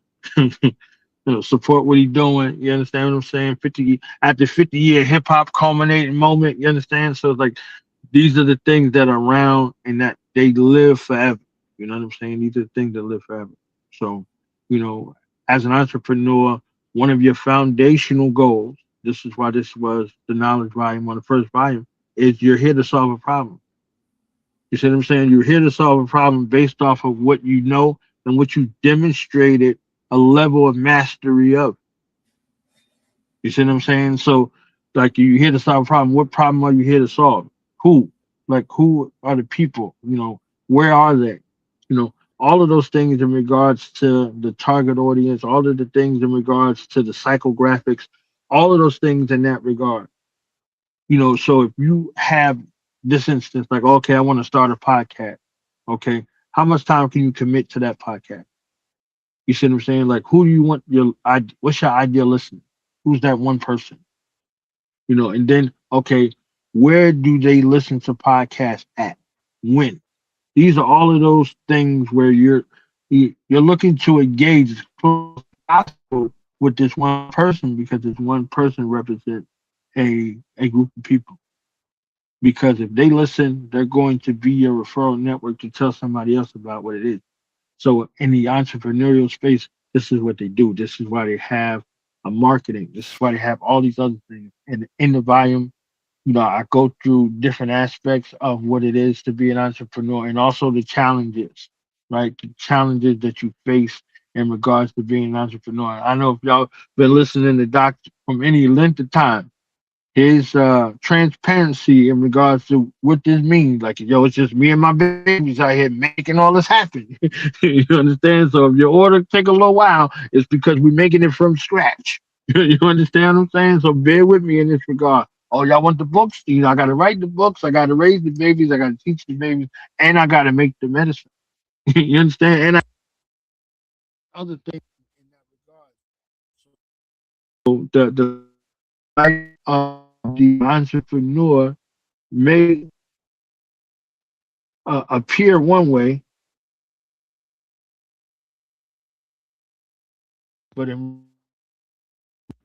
so for the ones who are brave enough or have that entrepreneurial spirit, there's guides, there's resources, there's all kinds of to in the time in literally 17 pages. And there's a soundtrack, and there's a video at the end. So each volume is like that.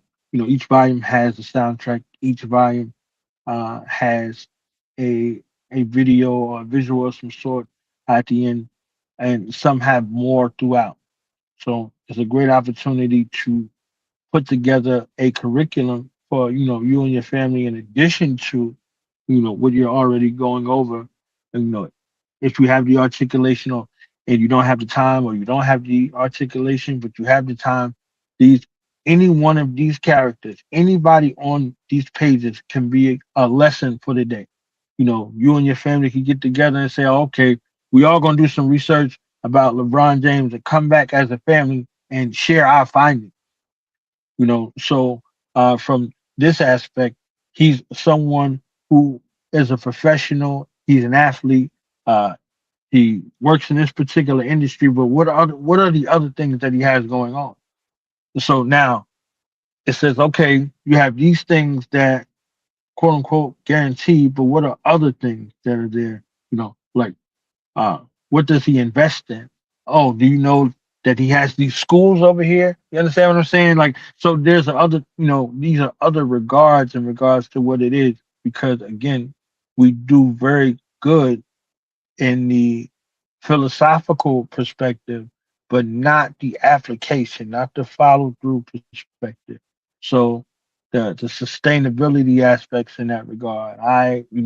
What does this look like during taxes? You understand what I'm saying? Like paying taxes versus getting a tax return shows where you are in the economic rung of society. So if you're an entrepreneur, you're looking to lessen the amount of taxes that you owe.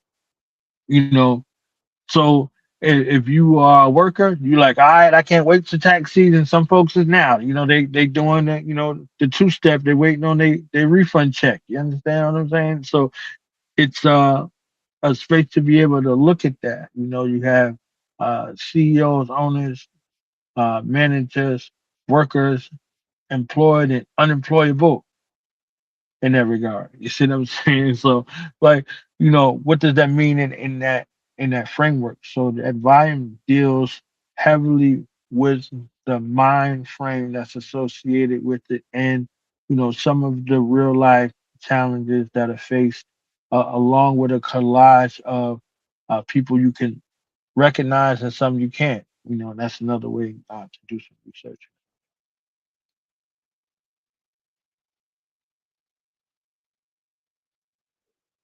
Very, very, very profound breakdown. And again, I want people to understand going back to the original concept, right? Or just elaborating that we haven't strayed from the original concept. This is what the culture of masonry actually is, right? So when we talk about, even when we go back to the inception, right? Just for clarity, just because I know somebody's going to need it, right? Because some people are like, well, Inky keeps mentioning that he has books to go to Amazon. He got this other brother on there, and he's talking about he got some books, and we going through the oldest document of masonry, and the oldest document of masonry links masonry to a craft taken from Kemet by what we would call today a librarian. A clerk in a library would be what we would call today a librarian. So a librarian is the father of masonry, and the quote unquote father of pure Masonic thought in Europe is a Nigerian who brings scholarship, reprioritize scholarship in masonry, putting it back at the top priority, because it had drifted from being the main thing. And I just want to just reemphasize this, because now we have a community of online platforms of quote unquote scholars, and we debate, we bang, we argue, whatever the case may be, and we're quote unquote challenging each other's scholarship. Even in many regards, this video is a reaction to Sonetta's platform, where they had a conversation about masonry with a collection of quote unquote scholars. And what I keep saying is, with all due respect to everybody, you are not an actual scholar if you do not read or write books. That is scholarship. The reading and the writing. The reading and the writing. You don't have to be an author to be a scholar. You can be someone who studies, right? But if you're not reading, if you don't read and you don't write, you are not a scholarship. You're not a scholar, rather. You can be on the internet arguing with people because you watched one video and you got a couple ideas from this guy's scholarship, and then you Googled his ideas and you formed your own ideas, and then you went on another platform to argue about those concepts. That's cool, but that does not qualify you as a scholar based on the definition. And being a scholar is the prerequisite of what Masonry is. It's the essence inside of Masonry. Once you become a Mason, you become a scholar. You cannot be a Mason and not be a scholar. That part is indispensable. You can't even separate that, and nobody even articulates that. But you cannot be a Mason and not be a scholar, because you have to study in order to be a scholar. Well, you have to study profusely to be a Mason. Even if you get a quote unquote clandestine initiation, you still got to study your butt off to learn those degrees. Am I right or wrong? Knowledge. 100%. 100%. Period.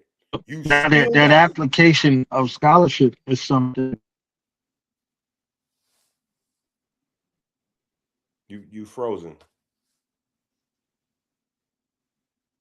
Okay, knowledge is frozen. There you go. You back alive. Yeah. Frozen at 32. That's just ice. You understand what I'm saying? So, frozen at 32. Did you want to wait a minute? Did you want to share that with people in the course of this video? What degrees did you manage to go through, or is that not for the video? It's okay either way. I mean, I've done almost everything. I've done everything. Ancient craft, of course, York Rite, Scottish Rite, the Shrine, 33rd degree. You know what I'm saying? And I've done some other things on the other side as well. So those rights that I was talking about earlier, the Mitzrayim, the right to Mitzrayim and all Stop. Yeah, that's we good. We keep it at red and blue. We keep it red and blue. So you went up to the 32nd or the 33rd? 33rd. Okay. Yeah. All right. So just for reference, I just want to make that, and that wasn't my business to tell. You know what I'm saying? But I just want y'all to know, you know what I'm saying? This conversation has been brought to you by Dr. Inky and a 33rd degree Mason, just so that we all on the same. So that way y'all not thinking, well, who's this and this and that? Who's qualified? And I wouldn't have this conversation, not this conversation. I wouldn't have this conversation without being able to find somebody with more degrees than myself, right? So I'm always talking about Masonry because, I love it. But for the purpose of this conversation, I felt like the need to ground it with one of my brothers that, has a higher level of quote unquote certification. So 33rd degree. Now, circling back, because I know we've been going for a good bit. So I just wanted to wrap that up. Like when we talk about the books, and he's talking about the family books, aka the children's books, like this is Masonry at its highest form, finding good people. Because honestly, that's only people who would be interested in these books, and then attempting to make them better by sharing information on self-mastery and self-development. So again, shout out to Yara. With all due respect and love, you sounded like a wild, crazy, maniacal maniac with Jabulon as God. So I think we kind of mentioned the history of the Hidden College, Black Masons in Europe. I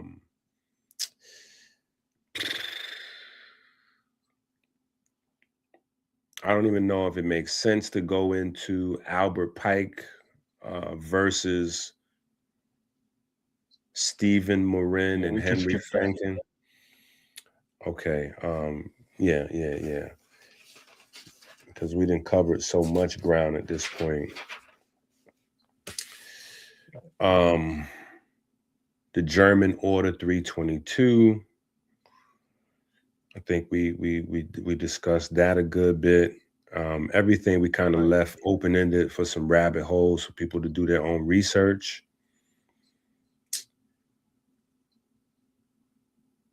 I mean, yeah, I think we covered a good bit of ground. Um, you wanna close out with anything? You wanna add anything that we may have missed or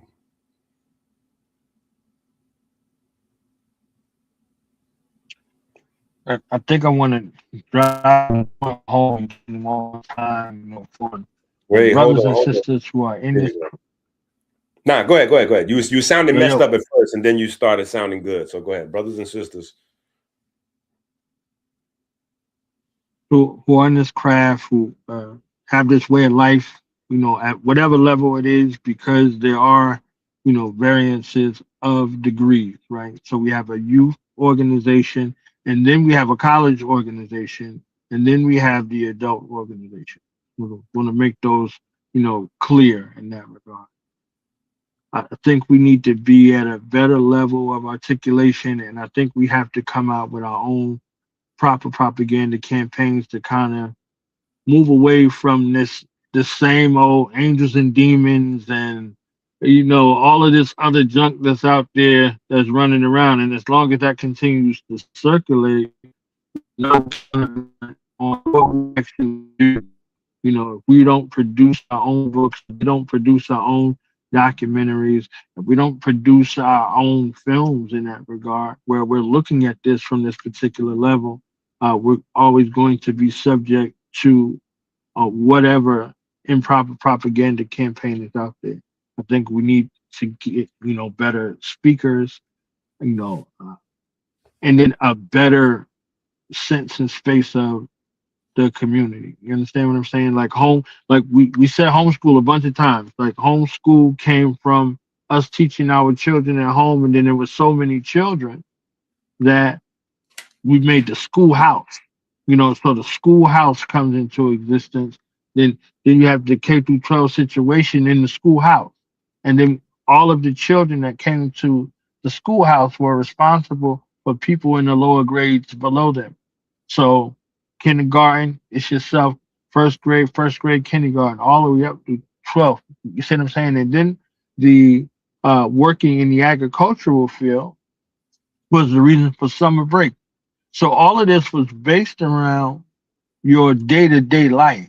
And I think that if we return to some of these things that our elders and some of our ancients did in that regard, we would have a better way. But the articulation, the explanation, not running away from questions and shying away from a natural inclination for people to be curious about something they don't know.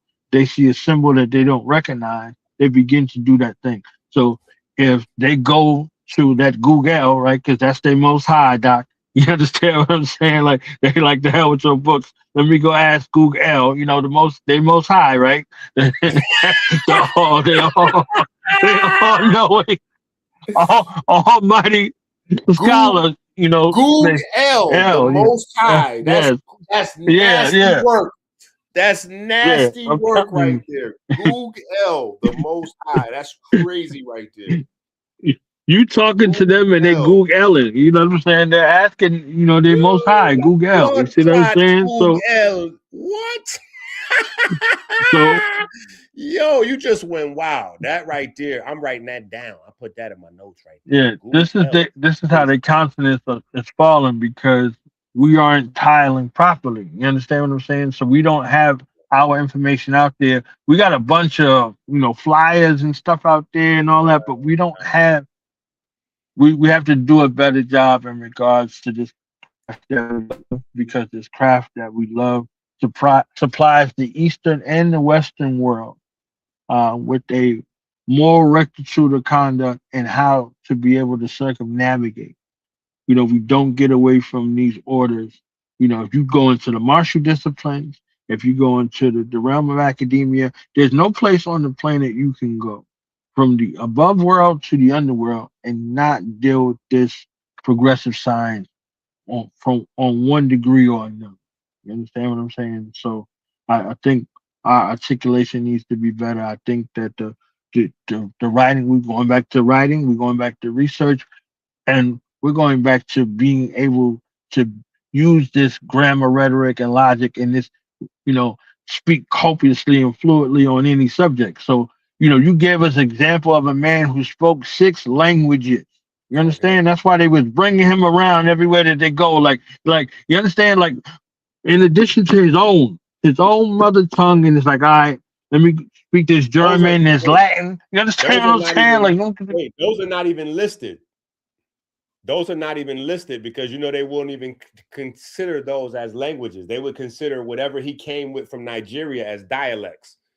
You know what I'm saying? So that means he spoke at least 6 languages. You know what I'm saying? Like you know what I'm saying? So they were showing him off like, yo, this is him right here. This is Himothy with the Himbalans. Right. All about the Himbalans, baby. You understand what I'm saying? Like, so he out there doing it. He doing it from the Himalayas. You know what I'm saying? And snatching folks up too. You understand? So it's like, all right, this was like, so that level and bring a level of standardization to a place that was a bar hall, like a party thing for all intents and purposes. It didn't have any sophistication in it. It had a whole bunch of skullduggery and savagery in it. You understand? Like, you ever been to a bar in the UK or a pub in Ireland? Pun intended. Pun intended. After we started with German Order 322, right? Skullduggery. Like, you know what I'm saying? Pun intended. Yeah. Right. So we out of here on Google L, bro. We come on, man. You already done went crazy on Google, man. Yeah. Don't let Google be your most high. You understand what I'm saying? Don't allow that to be your most high. Google.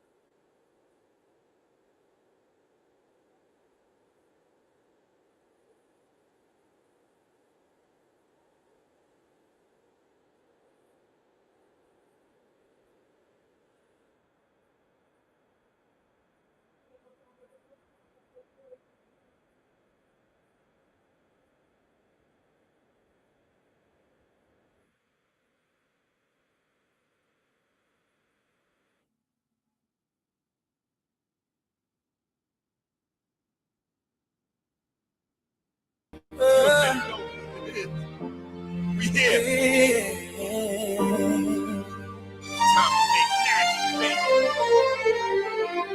Rolling through the sand like a thought in disguise. The scarab spins truth where the cosmos collide. Energy whispers. Side effects effects may include diarrhea, seizures, hair loss, eye loss, teeth loss, leg loss, divorce, getting arrested, diarrhea, death, paranoia, your friends blocking you, dizziness, prison, your eyes falling out, uncontrollable gas. You will die if you take this.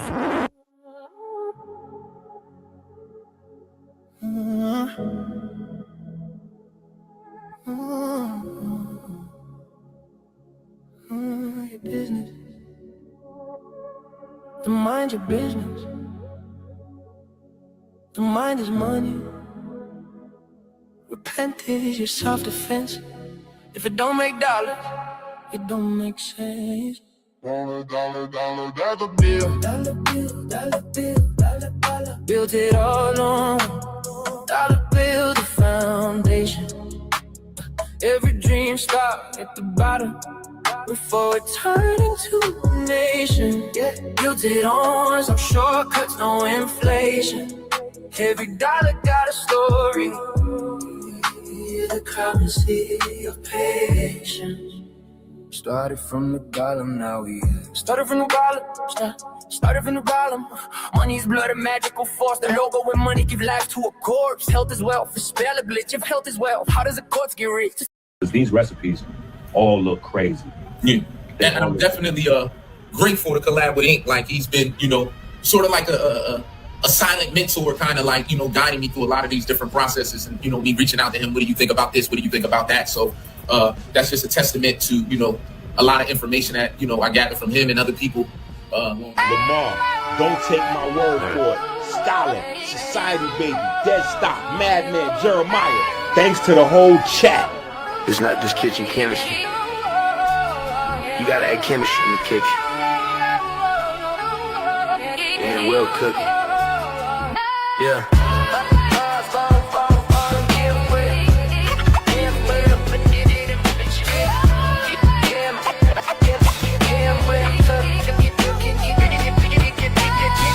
Osborne, Politic, Kev, Brian, Amber, on your speaker.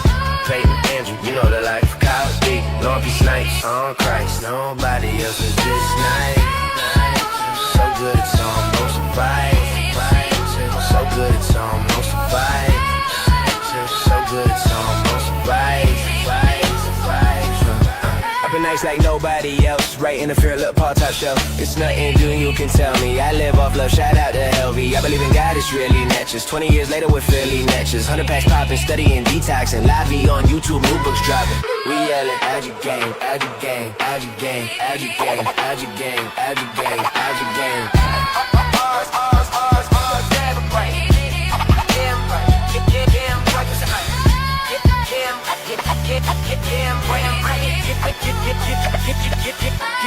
Osborne, Amber, Politic, Kev, I'm your speaker.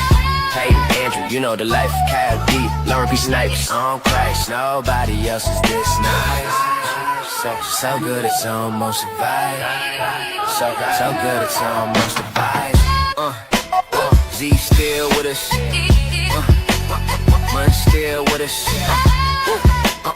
Tiff still with us. Hey, this what consistency get us. The golly, I'm in Robert, Cardi, Hot One. We stylin', it feel good to see Jamal Allen. Do it, Rashawn, let me feel like LeBron. Hey, I'm telling you, chat, this the topic. I see the life fiber optic, Levin has got it. It's real, I give thanks for tuning in. It's soon to win. Make sure you doing him. Oh yeah, make sure you doing him. Make sure you doing him. We yelling out your gang, out your gang, out your gang, out your gang, out your gang, out your gang, out your gang. Bars, and what? Yeah, boy. Yeah, well, I can. Osborne, M4, Politic, Kev, Ride, Amber, you speaker. Peyton, Andrew, you know the life. Kyle D, Lauren B. Snipes on Christ, nobody.